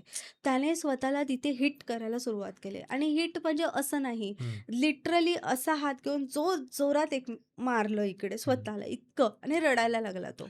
मला खूप वाईट वाटलं, की फक्त आणि फक्त एक गोष्ट समजावण्यासाठी इतकं हे गेलं आणि त्याच्यामुळे माझ्या मुलाला इम्पॅक्ट पडला. लिटरली त्याच्यानंतर अर्धा तास तो रडत होता. आता त्याला शांत बापरे! करणं खूप डिफिकल्ट झालं आमच्यासाठी. मग आम्ही त्याला बाहेर घेऊन गेलो. मग त्याच्यानंतर त्याला इकडे-तिकडे फिरवतो. तो ऐकायलाच तयार नाही आणि मग तो अग्रेशनमध्ये आला. आता ह्या पॉइंटला ना तो एक्सप्रेस नाही करू शकत आहे, की मला वाईट वाटलंय. त्याने काय केले लिटरली म्हणजे केस धरले आणि ओढायला सुरुवात केली. आणि बापरे! केस म्हणजे असे नाही धरत. जसं आपण नारळ कसा सोलतो, तसे तो माझे केस पूर्ण हे करतो. ते पेन तर आहेच. हं. प्लस लोकांनी आपल्याला दिलेलं पेन. तुम्ही विचार करा हे आयुष्य म्हणजे हे असं आपण कितपर्यंत आपण हे सहन करू शकतो. मग आपल्या पण आतमध्ये कुठे ना कुठेतरी फीलिंग्ज असतात. आपल्याही आतमध्ये कुठे ना कुठेतरी भावना असतात. त्या बरोबर. दुखावल्या गेल्या, तर हं. आपण ते कोप अप नाही करू शकत. नाही आपण करू म्हणजे शकत. आणि ते 4 दिवस काय अजूनपर्यंत ते माझ्या माइंडमध्ये आहे. आता तो कुठेही रस्त्यावर सुसू करताना मी खूप असं प्रिकॉशन्सने करते. मलाही कळतं. मला वाटतं मी रस्त्यावर कधीच कचरा फेकत नाही. माझ्या बॅगेत कचऱ्याचे सगळे हे असतात. मी हं. खूप काळजी घेते त्या पण ती गोष्टीची. मूव्हमेंट कधी येईल काही सांगता येत नाही. हां, ती म्हणजे मूव्हमेंट कधी येईल ना, ते हां. सांगता येत नाही. हं. मग त्यावेळेस ना जर लोकांनी आपल्याला हे नाही केलं ना सपोर्ट, मग खूप हे होतं, म्हणजे असं राइट. लागतं. आता ह्या उलट आणखीन एक चांगला अनुभव म्हणजे मी एकदा ट्रेनने ट्रॅव्हल करत होते आणि ना मी त्याला म्हणजे मी राहते बोरिवलीला आणि महालक्ष्मीला मला न्यायचं होतं थेरपीसाठी. मी त्याला घेऊन गेले. माझी ना तिथे एसी लोकल पण असते. ती एसी लोकलची वेळ माझी चुकली आणि मी नॉर्मल लोकलमध्ये चढले. आता काय झालं, की चढल्यानंतर खूप गर्दी होती हं, ट्रेनमध्ये आणि मी लेडीज कंपार्टमेंटमध्ये चढले होते. तर त्याला बसायला म्हणजे जागा मिळाली आणि हं. मला नाही मिळाली. मी उभी होती. त्याचं असं म्हणणं असतं, की "तू उभी नको राहू, तू पण बस." मग अच्छा. आता आता त्यावेळेस ना समोरचे लोकं कशाला ना मला त्यांची जागा देतील. लहान मुलगा म्हणून त्याला देऊ शकतात. पण लेडीज इतक्या सेन्सिटिव्ह असतात ना, मला लोकांनी बसायला दिलं. मग त्यानंतर समोर एक लेडी होत्या, त्या म्हणजे एक ताई होत्या. त्यांनी ना त्या काहीतरी खात होत्या आणि ह्याने सरळ त्यांच्या डब्यात हात घालून खायला सुरुवात केली. त्या काहीतरी मला वाटतं काहीतरी असाच पदार्थ भजी की काहीतरीच खात होत्या. तर त्यांनी सरळ ते उचलले आणि स्वतः खायला. त्या अशा एकदाही म्हणाल्या नाही, की "अरे" किंवा रिएक्ट नाही झाल्या. हं, त्या म्हणाल्या, "अगं, अरे ठीक आहे, राहू दे, राहू दे, खाऊ दे त्याला." हं. ठीक आहे, काय होतं त्याच्यात? असं बऱ्याचदा झालंय. म्हणजे लोकं इतका चांगला रिस्पॉन्स पण देतात आणि तुम्हाला खरं सांगू ना, जे म्हणजे असे खूप ज्या आपण म्हणतो ना, की लोकांनी एज्युकेटेड असलं पाहिजे, काही गरज नाही. हं, हं. लोकांनी मनुष्य म्हणजे माणूस म्हणून एक समजून घेतलं ना, तर ते मला असं वाटतं ते वेल एज्युकेटेड लोकं असतात. कारण ॲक्चुअली. माणूस म्हणून तुम्ही जर एखाद्याला समजलं ना, त्याला खूप छान वाटतं. हो. खूप चांगलं फीलिंग येतं. आता मला त्या ट्रेनमध्ये ऑकवर्डनेस वाटलाच नाही. हं. किती पूर्ण डबा इतका गचागच भरलेला, पण स्टिल माझ्या मुलाला कोणतरी लोकं समजून घेतायत किंवा त्याच्या बिहेवियरला ते लोकं नावं ठेवत नाही, पॉइंटिंग करत नाही किंवा कसं हे करत नाहीये. मला त्याचं खूप चांगलं वाटलं आणि त्यावेळेस त्याचा त्या मोमेंटला त्याचा बिहेवियर पण चेंज झाला. तो एकदम ओके. हॅपी मोडमध्ये गेला, असं. अच्छा आणि आत्ता मग तो किती वर्षाचा आहे? आता तो 10 वर्षाचा आहे. 10 वर्षाचा हो, आहे. हो. ओके. सो आता तुम्ही बरंच त्याला ट्रेन केलं हं, असेल हं. आणि तुम्हालाही बऱ्याच सिच्युएशन्स माहीत असतील हो. आणि जसं-जसं वय वाढतं, तसं-तसं मुलांच्या बऱ्याच हार्मोनल हो, चेंजेस होतात. हो. सो त्याच्यासाठी पण प्रिपेअर राहावं लागतं का? भरपूर. खूप म्हणजे बघा आता माझा मुलगा आहे. तर मुलामध्ये कसं प्युबर्टी येते. हं, तसं त्या उलट मुली असतील तर मुलींचे पण हार्मोनल चेंजेस होतात. त्यांच्यामध्ये म्हणजे पाळी येणे किंवा म्हणजे त्यांचा तो प्रकार सुरू होतो. हं, दोन्ही साइडला आपल्याला म्हणजे मुलगा असो किंवा मुलगी असो, हं, आपल्याला ते प्रिकॉशन्स घेणे त्या एका पर्टिक्युलर एजमध्ये खूप गरजेचे असतात. हं, हं. आता जेव्हा ह्या मुलांमध्ये स्पेसिफिकली जेव्हा प्युबर्टीची लक्षणं येतात, तेव्हा ते ओव्हर म्हणजे सेक्शुअली हे होतात, ॲक्टिव्ह ॲक्टिव्ह होतात. होत जातात. खूप हं, जास्त लेव्हलला ॲक्टिव्ह होतात. मग ते स्वतःला स्टिम्युलेट करण्यासाठी. आता स्टिम्युलेशन म्हणजे काय मी एक सांगते थोडक्यात. म्हणजे मी इथे बसली आहे आणि सपोज जर मला इथे इचिंग होतंय, तर मी हं, ऑब्व्हियसली मी हात घेणार किंवा असं-असं हं. करेन हो, किंवा जर समोरच्याला कळायला नसेल तर मी असं करते. बरोबर. ठीक आहे, मी शॅडो केलं माझ्या गोष्टींना. पण राइट. ह्यांच्या गोष्टींना हे शॅडो नाही करू शकत. नाही. आता जर 18-19 वर्षाचा मुलगा चाललाय आणि सडनली जर त्याला मागे खाज आली, हं. तो लिटरली त्याचा हात असं मागे घालणार आहे आणि तो खाजवत-खाजवत जाणार आहे. हो. मग ते लोकांना बघताना असं वाटतं, "अरे, इतना एवढा मोठा मुलगा झाला, याला कळत नाही." हे चॅलेंजेस येतात. हं, चॅलेंजेस हे नाहीये, की त्याने कुठल्या वयामध्ये काय ॲक्टिव्हिटी केली आहे. चॅलेंजेस हे आहे, की आपण समाजामध्ये ज्या ॲक्टिव्हिटीजना एक फ्रेम दिलेली आहे ना, हं, गुड हं, हॅबिट, बॅड हॅबिट, हं, त्याचं प्रॉब्लेम होतं. मग त्यावेळेला आहे ना, खूप प्रिपेअर राहावं लागतं, की त्या मुलांना आहे ना, पॅटर्न्स थ्रू, ॲक्टिव्हिटी थ्रू त्यांना शिकवावं लागतं, की तुला जर असं वाटलं, तर तू या ठिकाणी जाऊन म्हणजे तुला हं, जर असं वाटलं, की तुला काहीतरी स्वतःला स्टिम्युलेट करायचं, तू बेडरूममध्ये जाऊन कर हं, हं, किंवा तू वॉशरूमला जाऊन कर किंवा तुला जर असं वाटलं, की तू तू कपडे बाहेर नाही काढायचे आहेत. हं. कपडे तू आतमध्ये बेडरूममध्येच जाऊन चेंज करायचे आहेत. सुसू करतानाही माझा मुलगा आत्तापर्यंत डोअर ओपन 10 वर्षाचा आहे तो. डोअर ओपन करूनच सुसू करायचा. आत्ता कुठेतरी त्याला स्कूलमध्ये शिकवलं गेलं, कुठे आम्ही घरी सांगतो, तो हं. डोअर बंद करून सुसू करतो. म्हणजे ओह! आता फुल तो आतमध्ये गेला, डोअर बंद ही पहिली क्रिया. त्याच्यानंतर पॅन्ट पुल ही दुसरी क्रिया. हो. नंबरिंग देऊन पण तुम्ही शिकवू शकता. आता हं. शिकवण्याचे पॅटर्न खूप वेगळे आहेत. जसं अच्छा. तुमच्या म्हणजे मुलाची कॅपॅसिटी ब्रेनची हं. तसं तुम्ही त्याला शिकवू शकता. हो. तसं तुम्ही त्याला पॅटर्न लर्निंग करवू शकता. मग अशा प्रत्येक गोष्टी जर तुम्ही विचार करा, प्रत्येक गोष्ट मी पॅटर्नने शिकवत गेली, तर किती डिफिकल्ट आहे हे. हा टास्क किती डिफिकल्ट आहे सो असतं. मला असं वाटतं, की जसं तुम्ही मगाशी हं. बोललात, की लोकांना पोलिओबद्दल पूर्णपणे राइट, माहिती दिली जाते. Right, right, right. पण ऑटिझम, हं. त्याच्यानंतर ADHD. ADHD, हं. त्याच्यानंतर असे बरेच हे असतील, डिसऑर्डर डिस्लेक्सिया असतील. असतं. हां, म्हणजे काही मुलांना माहिती आहे असं तुम्ही तारे जमीन पर मूव्ही बघितला असेल, तो हं, मुलगा ईशान हं, हं, अवस्थी, तो असं हं. उलटं-उलटं लिहितो. काही हो. अक्षरं त्याला हं, समजत नाही. 6 हं, आणि जसं म्हणजे 6 आणि हं, 9 हं, हिंदीमध्ये सिमिलर आहे. 6 हं, असं वरती, हं, 9 खाली. हं. ते त्याला कळत नसतं. तो कन्फ्युजन सिमिलर टाइपच्या वर्ड्समध्ये होतो. हो. एन, एम, आय, एल ते ते सगळ्या गोष्टी असतात ना, ते पण असतात मुलांना. हं. फक्त एवढंच आहे की ते मुलं थोडं बोलू शकतात, समजू शकतात. नॉर्मल मुलांसाठी ते ठीक आहे. ठीक आहे. पण स्पेशल चाइल्डसाठी हे हं, खूप कठीण आहे. खूप कठीण आहे. आणि मला असं हां. वाटतं, की ॲक्चुअली सामान्य लोकांना सुद्धा एज्युकेट केलं पाहिजे, की हं. स्पेशल चाइल्डला कशाप्रकारे ट्रीट केलं कशाप्रकारे पाहिजे. ट्रीट केलं पाहिजे. कारण हा कोणताही म्हणजे हा डिसऑर्डर आहे. हा हो. बरा होणारा नाहीये. हा नाहीये. लाईफ लाँग त्याच्या आयुष्यासोबतच जाणार आहे. जाणार आहे. So right. मला असं वाटतं, की लोकांमध्ये हे अवेअरनेस पाहिजे, की असे स्पेशल चाइल्ड बघितल्यानंतर, की आपण ट्रीटमेंट कशी दिली कशी पाहिजे. दिली पाहिजे? ट्रीटमेंट हे तुम्ही म्हणजे बघा आता कसं जसं मी तुम्हाला आता एवढे एक्झाम्पल सांगितले. हं, तुम्ही त्या मुलाला तर ट्रीट करताच आहे. पण हं, तुम्ही बेसिकली त्या मुलाला ट्रीट करणार, कसं कराल ते त्याला कळणार नाही आहे. हं, त्याच्यासोबत जे केअरटेकर, केअर गिव्हर असतात ना, हं, हं, तुम्ही त्यांना सपोर्ट करा. म्हणजे म्हणजे की सपोज आता मी जर आता कुठे गेली, आता कुठल्या रेस्टॉरंटमध्ये हं, सपोज त्याचा वाढदिवस आहे आणि आम्ही गेलो कुठे. तर कुठे तो बसलाय, तर तो असा हँड फ्लॅपिंग करणार, हं. मोठमोठ्याने ई, ऊ असा आवाज करणार. मग ओके. 4 लोकं बघत बसतात, की "अरे, हा काय करतो?" रादर दॅन त्याला स्टेअरिंग एकदा बघितलं ना, ठीक आहे. ऑब्व्हियसली आता कुठूनही आवाज आला तर आपण बघणार.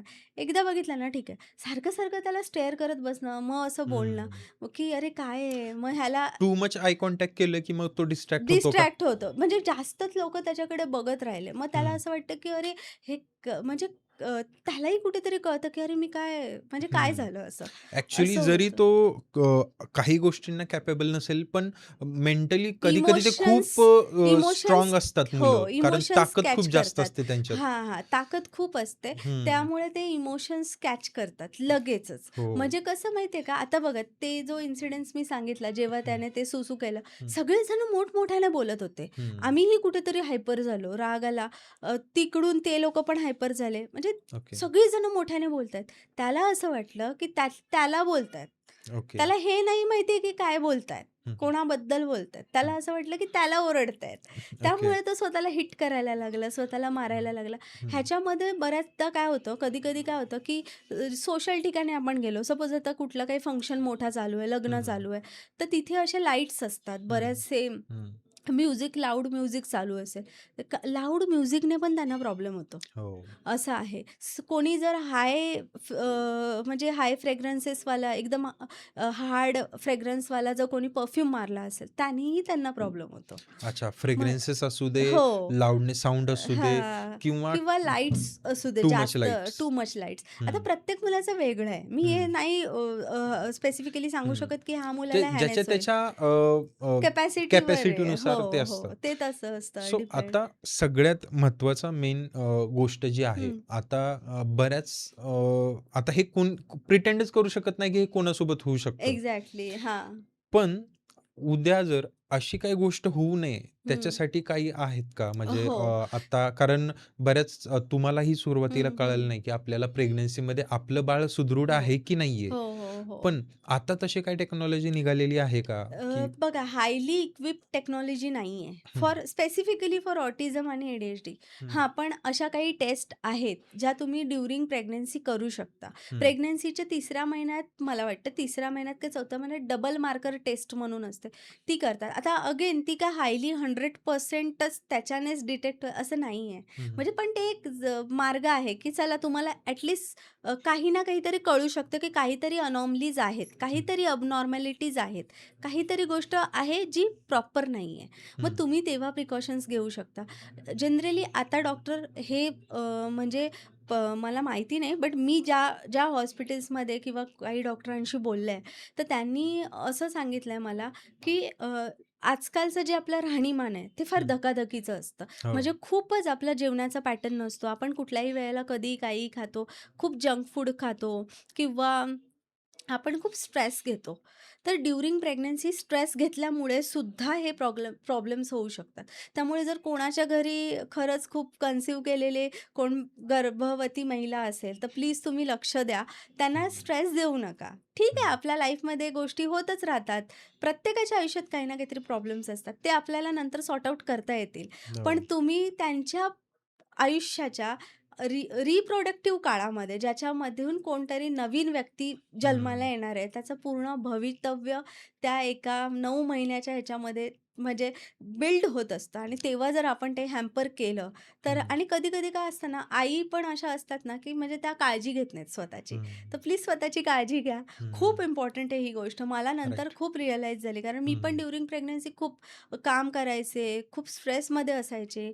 खूप थोडंसं अग्रेशन पण आलं होतं मला. हं, मग हं. ते सगळं खूप इम्पॅक्ट करतं.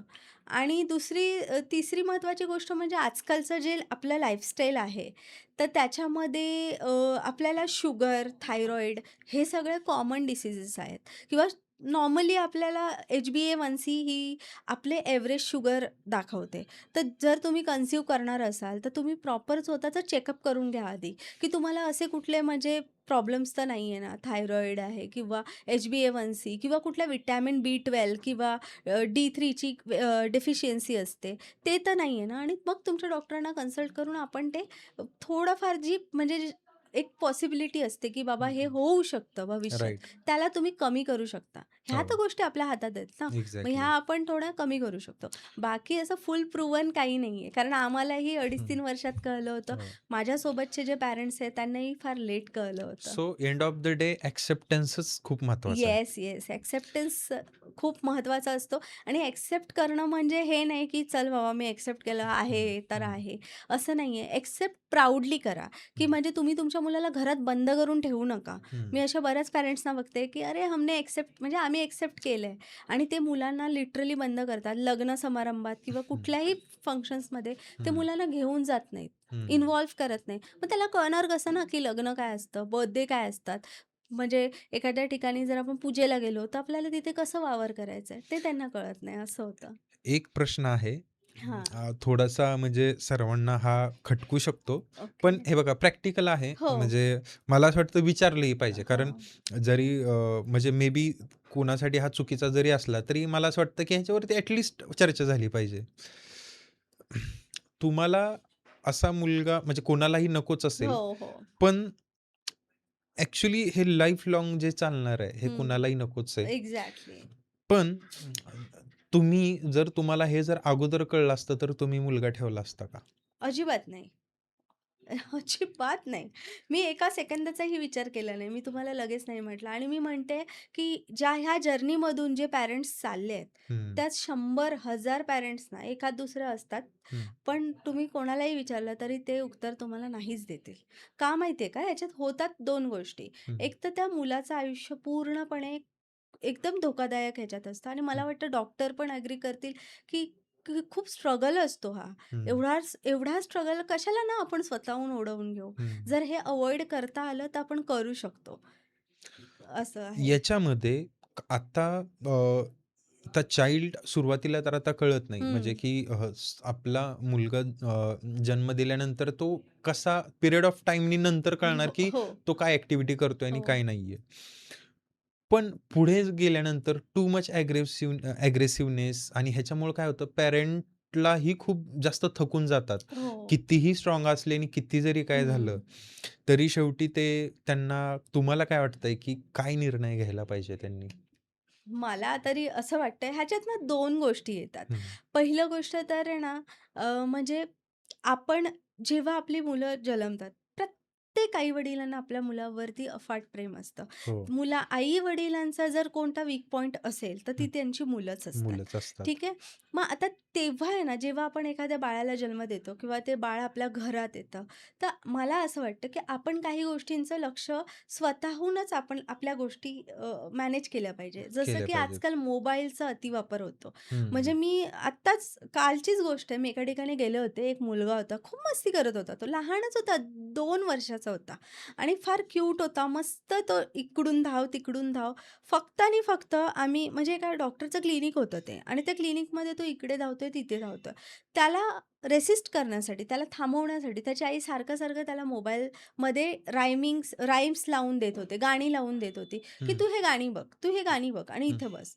म्हणजे कधी-कधी काय होतं पॅरेंट्सची पण म्हणजे नाईलाज हं, असतो, की "अरे इकडे नको आवाज करू, हं, बस तू इथे." किंवा "चल मला घरामध्ये खूप काम आहे, तू इथे बस." तर मला असं म्हणणं आहे, की एका मुलाला मोठं करण्यामध्ये फक्त आई जबाबदार नसते. हा खूप इम्पॉर्टंट पॉइंट आहे. ॲक्चुअली. एक बाई म्हणून किंवा एक आई म्हणून मी तुम्हाला हेच म्हणजे सांगेन, इव्हन दो प्रेक्षकांनाही सांगेन, प्लीज ह्या गोष्टीला तुम्ही थोडंसं समजून घ्या. हं, प्रत्येक वेळेस आईची जबाबदारी नसते. नसते. ती वडिलांचंही बाळ असतं. त्या वडिलांचीही जबाबदारी आय नो तुम्ही ऑफिसला जाता, खूप काम करता, थकता. तुम्ही घरी आल्यानंतर इव्हन दो हाउसवाईफ्स जास्त थकतात. त्यांना घरचं सगळं बघायचं असतं.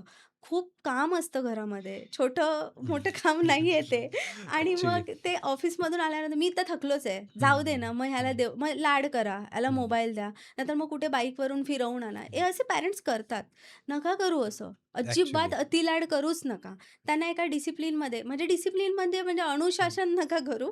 म्हणजे एक प्रॉपर असं थोडंफार डिसिप्लिनमध्ये ठेवा. मोबाईलचा हं, अतिरेक वापर टाळला, तर मुलं व्यवस्थित ग्रो होतात. आता आम्ही जेव्हा लहान होतो किंवा तुम्हीही लहान होतात, हं, तेव्हा आपले आई-वडील थोडी ना आपल्याला मोबाईल देत होते. आपण तर राइट. बाहेर नॉर्मल गेम्स खेळायचो. हं, खो-खो, लपाछपी हेच सगळं खेळत मोठं झालोय. येस. ओके. सो आत्ता त्याची करंट सिच्युएशन काय आहे?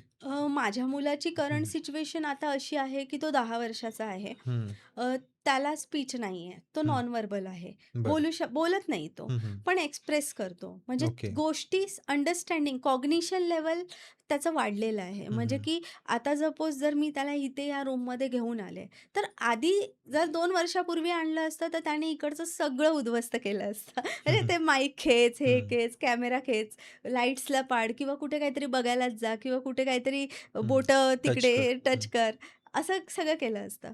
पण आताच्या सिच्युएशनमध्ये थोडंसं फरक झालाय, थोडा जास्त नाही. तो इथे आला तर कमीत कमी तो 5 मिनिटं तिकडे बसेल, नंतर तो उठेल. म्हणजे तो बघेल सिच्युएशनला, एक्सप्लोर करेल असं.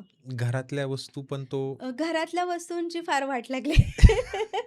म्हणजे लिटरली शॅम्पू बॉटल म्हणजे आपण म्हणतो ना रोडवर असं लिहिलेलं ट्रकच्या मागे नजर हटी, दुर्घटना घटी. ते हं, आमच्या घरातला घरात पण आम्ही लावून ठेवायला पाहिजे.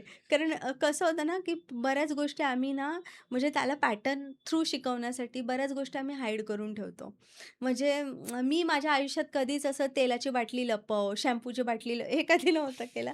पण आता थोडं करावं लागतं करावं कारण की लागतं. ना तो भरपूर नुकसान करतो आणि मग त्यावेळेला कसं त्याला समजवण्यासाठी की बाबा हे नो टच गोष्टी आहेत. तर अनकॉन्शियस स्टेटमध्ये आहे तो. हां, त्यामुळं तेच. ते इव्हन दो माझ्या घरात तुम्ही बिलीव्ह नाही करणार डबल डोअर आहेच. हं, हं, प्लस आम्ही आतल्या दरवाजाला 4 कड्या लावल्यात 4 आणि एक लॉक आम्ही मोठं असं ते गोदरेजचं हं, ते लॉक आम्ही लावून ठेवतो. कारण एकदा अशी सिच्युएशन झाली होती, हं, की हं. तो म्हणजे मी वॉशरूमला गेले होते आणि मी सर्व कड्या लावलेल्या फक्त तो लॉक लावला नव्हता.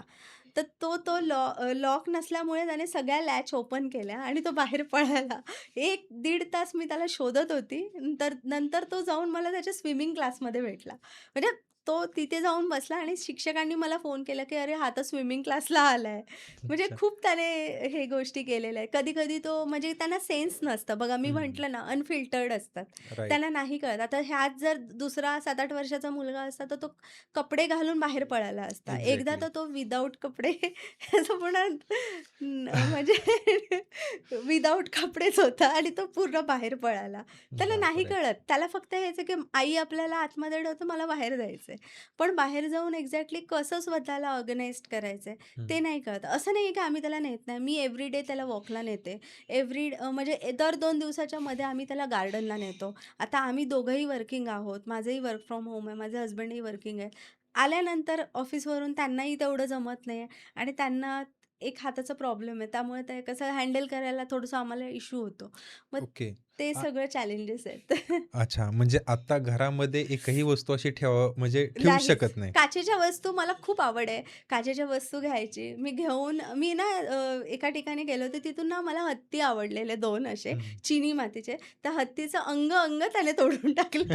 म्हणजे अच्छा. इतकं त्या लिटरली तो हे करून मी एकही वस्तू अशी शोभेची किंवा काही असं हं. ठेवत नाही किंवा म्हणजे आता आहे ना त्याच्या हाताला जर लागली ती वस्तू, तर ती तशीच राहील ह्याची काही गॅरंटी गॅरंटी नाहीये. नाहीये. हो, हो. हो, हो. ओके. सो मग आता तुम्ही दोघंही वर्किंग आहात हो. आणि मग तुम्ही आता ह्या स्टेटमध्ये आहात. आता इन फ्युचरमध्ये जसं-जसं तो ग्रो होईल, तशी-तशी त्याची मेंटल हो. स्टेट ही चेंज होत राहणार चेंज आहे. होत राहील. सो तुम्हाला म्हणजे त्याच्यासाठी तुम्ही प्रिपेअर होताय, की हो. कशा पद्धतीनं होताय सध्या, की लाइक तुम्हाला माहिती आहे, की पुढे जाऊन ह्या गोष्टी हां. होणार आहेत. सो त्याच्यासाठी मग तुम्ही काही तयारी केलेली आहे का?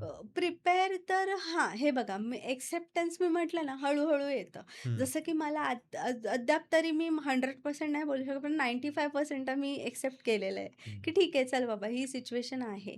आता त्याचं कसं आहे ना, त्याचं जसं वागणं मी म्हटलं, की तो हं, कोणालाही कसाही म्हणजे हं, मिठी मारतो, हं, हं, कोणाला पप्पी घेतो, हं, कोणालाही कोणत्याही गोष्टी जर आता सपोज कोण घरी आलं, तर पटकन त्यांच्या बॅगेमध्ये जाऊन चेक करतो, की काय हं, आणलंय? हं. त्याला हे नसतं, की तुम्ही माझ्यासाठी काय आणलंय. त्याला हे असतं, की मला काहीतरी खायला म्हणजे एक्सप्लोर ते करायचंय त्याला. एक्सप्लोर करायचं खायला काय मिळतंय का? हां. म्हणजे त्याला कसं आम्ही घरी त्याला ना ह्या मुलांना गोड देत नाहीत जास्त. हं, गोड दिलं ना तो लगेचच एकदम असा ट्रिगर होणार. हं. खूप हायपर होणार. जेवढा आहे त्याच्याही पेक्षा हायपर होणार. ओके. त्यामुळे त्याला आम्ही गोड पूर्णपणे बंद केलंय. बेकरी आयटम्स बंद केले. जसं त्याला ब्रेड खूप आवडतात. हं, पण ब्रेड खाल्ले तर त्याला लगेचच ना खूप कफ होतो आणि हं. खूप म्हणजे तो वेगळाच ह्याच्यामध्ये जातो.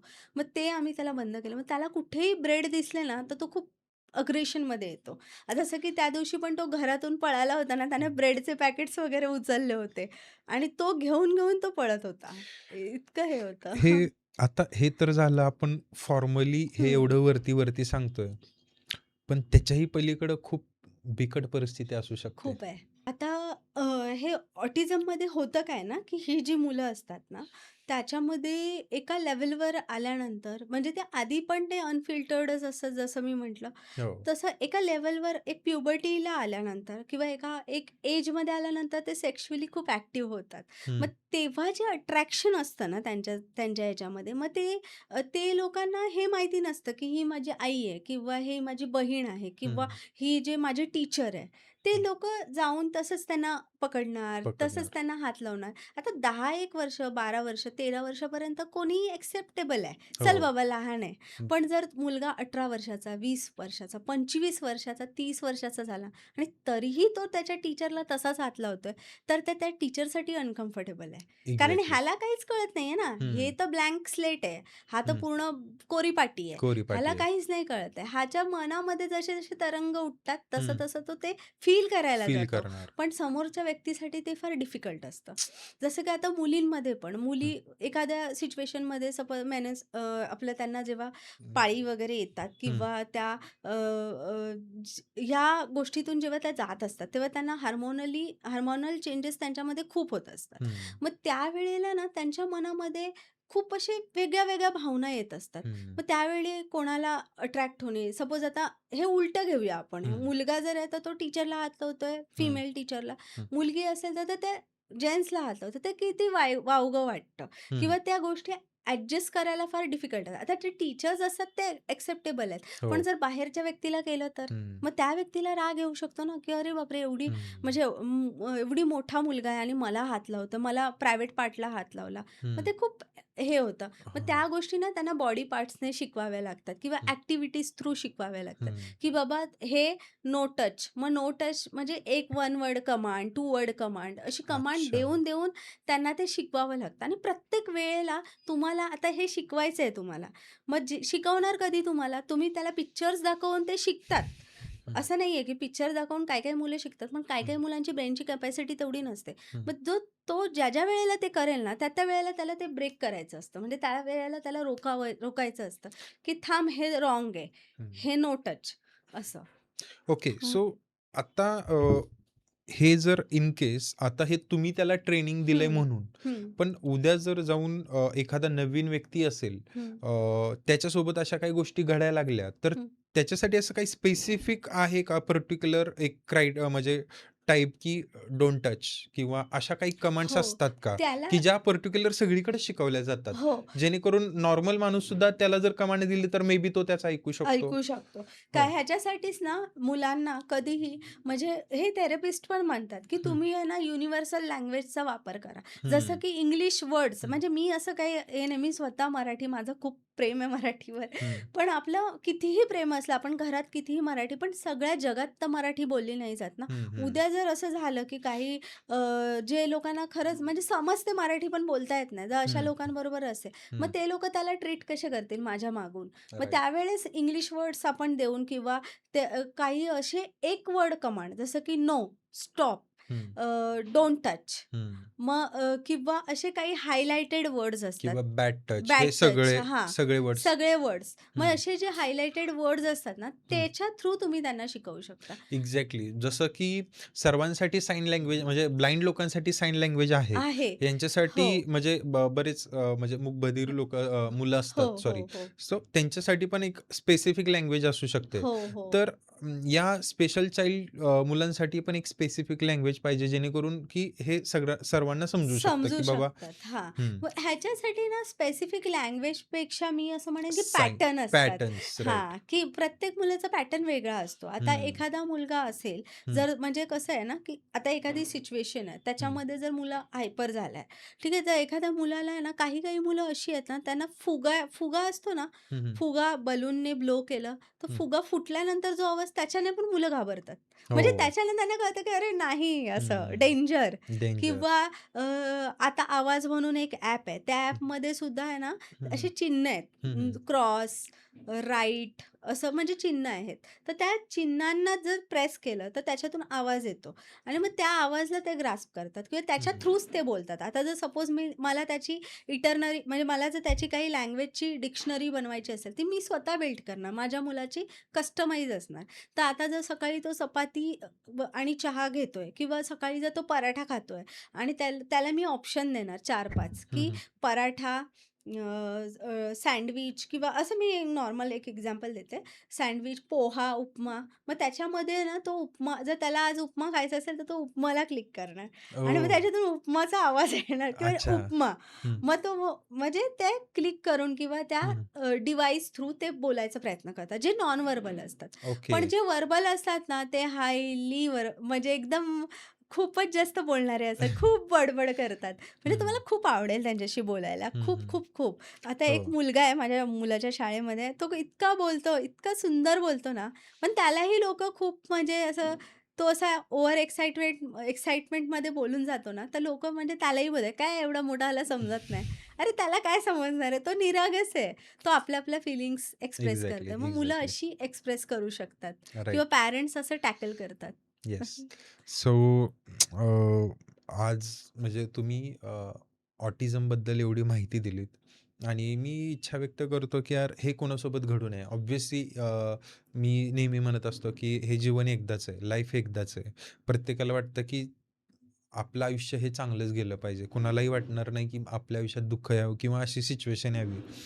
पण आली आता म्हणजे काही होईल हे कुणी सांगितलेलं नाहीये. तरीसुद्धा तुम्ही ज्या पद्धतीनं हे टॅकल करताय म्हणजे हे बसून बोलणं जेवढं सोपं आहे सोपं तेवढंच आहे कठीण नाही, आहे, की खूप ते तिथं कठीण जाऊन आहे. ते हो. तुम्ही ज्या पद्धतीनं करताय म्हणजे त्याच्यासाठी अ, खरंच तुम्ही ग्रेट मला आहात. एकच फक्त गोष्ट ॲड करायची होती. हां, ओके. म्हणजे आहे ना टाईम बोलू शकते ना? हां, बोला, बोला. काही हां. प्रॉब्लेम नाही. हं, ह्याच्यामध्ये ना असं एक म्हणजे माझा हा अनुभव आहे, की काय होतं ना आपल्यामध्ये कसं आपण मुलांना खूप असं वेगळ्याच पॅटर्नमध्ये मोठं करतो. हं, पण ह्या मुलांचा पॅटर्न थोडा वेगळा आहे. हं, म्हणजे त्यांना तसं मोठं करता येत नाही हं. किंवा त्यांना तसं बोलून काहीच समजत नाहीये. राइट. आता अशा वेळेस ना जसं मी तुम्हाला म्हटलं, की रस्त्यावरती जर मी त्याला कुठली गोष्ट नाही म्हटली हं, किंवा त्याला दुकानातच जायचं आणि एकदा असं झालं होतं, की तो हं. दुकानात जायचे आणि ते Oreo बिस्किट्स असतात ना, त्याचं ब्लू कलरचं ते फक्त रॅपर त्याच्या लक्षात बरोबर आहे. तर ओके. तो कुठूनही मला वाटतं पाताळातून पण तो Oreo बिस्किट शोधून काढेल. तर तो गेला त्या दुकानात हं. आणि किती माणूस 1 घेईल, 2 घेईल. त्याने पूर्ण त्या रॅकमध्ये असणारे सगळे खिशात-बिशात भरले. तर बापरे! म्हणजे ते जे दुकानवाले होते ना, ते पण हसायला लागले. ते हं, काका बोलतात, "ह्याला जेवढे घ्यायचे तेवढे घेऊ दे." मी हं, म्हटलं, "काय?" तो हायपर होतो हं, म्हणून आम्ही त्याला देत नाही. हं, हं, तर मी त्याला आहे ना मारलं. मी मारलं त्याला. हं, हं, मारावं लागतं. मी माझ्या आईचा खूप मार खाल्लाय, असं काही नाहीये. हं, खूप म्हणजे थोडा मार खाल्लाय हं. असं, पण मी मारलं माझ्या मुलाला. तर तिथे आजूबाजूला जे लोकं होते ना, त्यांनी मला खूप जज केलं, की "अरे काय ह्याला काही कळत नाही, हिला तर कळतं नाही, एवढं मारायची गरज नव्हती." बट असं नसतं. कधीतरी आम्हाला स्ट्राँग व्हावंच लागतं. जर तो माझे पूर्ण केस ओढतोय, माझे कपडे ओढतोय, तर मी नाही शांत बसू शकत. मला तिथे कुठे ना कुठेतरी त्याला स्टॉप करणं गरजेचं आहे. मग त्याला हो. कळणार कसं ना, की धिस इज बॅड, धिस हं, इज नॉट गुड किंवा हे चांगलं नाहीये. तू हे हं. जे करतोयस ते नको करू. स्वतःला सांभाळ, असं नको करूस. मग हा बांध तुटतोच. हो, हो. आपण तुटतो, डेफिनेटली तुटतो आणि सगळे अग्री करतील. हां. आपण एक आपण कसं हो, माणूस आहोत. आपल्याकडं म्हणजे आपल्या खूप वेगवेगळ्या आपल्याला इमोशन्स आहेत. हो, आणि ऑब्व्हियसली जरी त्याला कळत नसले तरी आपण आपण स्वतः पर्सनली चार चौघामध्ये उभा असतो. तर हो. ते आपल्यालाही खूप बॅड फील होतंच. आणि म्हणजे हात उचलणारच ऑब्व्हियस गोष्ट आहे. कारण नाही सहन करू नाही शकत. सहन होत.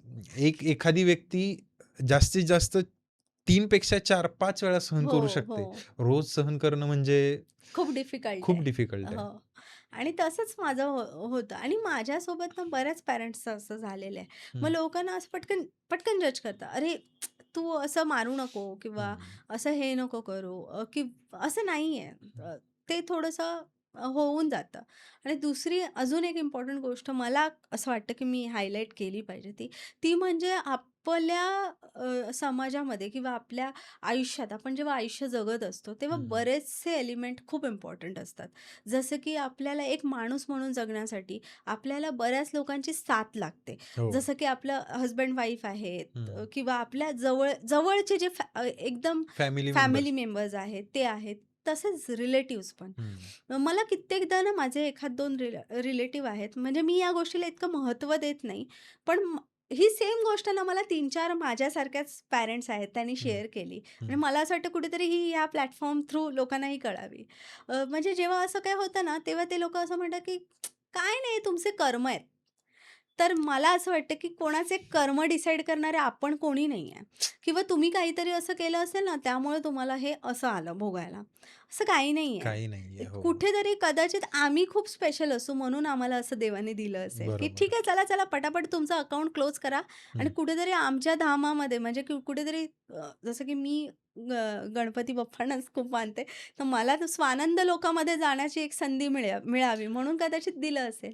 पण जेव्हा लोकं असं म्हणतात ना, की तुम्ही काहीतरी केलं असेल पाप म्हणून हं, तुम्हाला हे खूप लागतं. हे पाप नाहीये आणि हे खूप चांगली अनुभूती आहे. माझ्या मुलाने मला खूप आनंदाचे क्षण पण दिलेत. म्हणजे इतके आनंदाचे क्षण, की मी आता एक्सप्लेन केलं तर खूप म्हणजे हे होईल, हसायला पण येईल, की मी एकदा कुठेतरी फिरायला गेलो होतो आम्ही लोकं. गोवा सगळ्यांनाच माहिती आहे, माझं गाव हं, तिकडचंच आहे. हं, हं, तर तिथे बीचवर वगैरे असे लोकं असे ते मसाज करून झोपतात.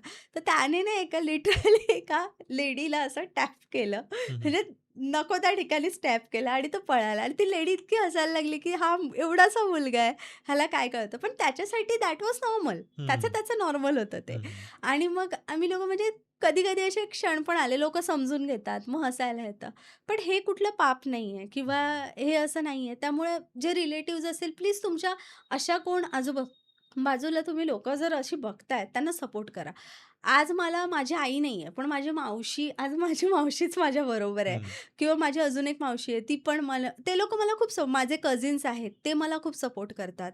ते माझ्या मुलाला खूप म्हणजे ॲडजस्ट करून घेतात. तो कुठेही कधी काही असा हायपर वगैरे झाला, तर पहिले येऊन ते लोकं म्हणजे उभे राहतात, की हं. "चल ठीक आहे, तू घाबरू नको, आम्ही लोकं आहोत."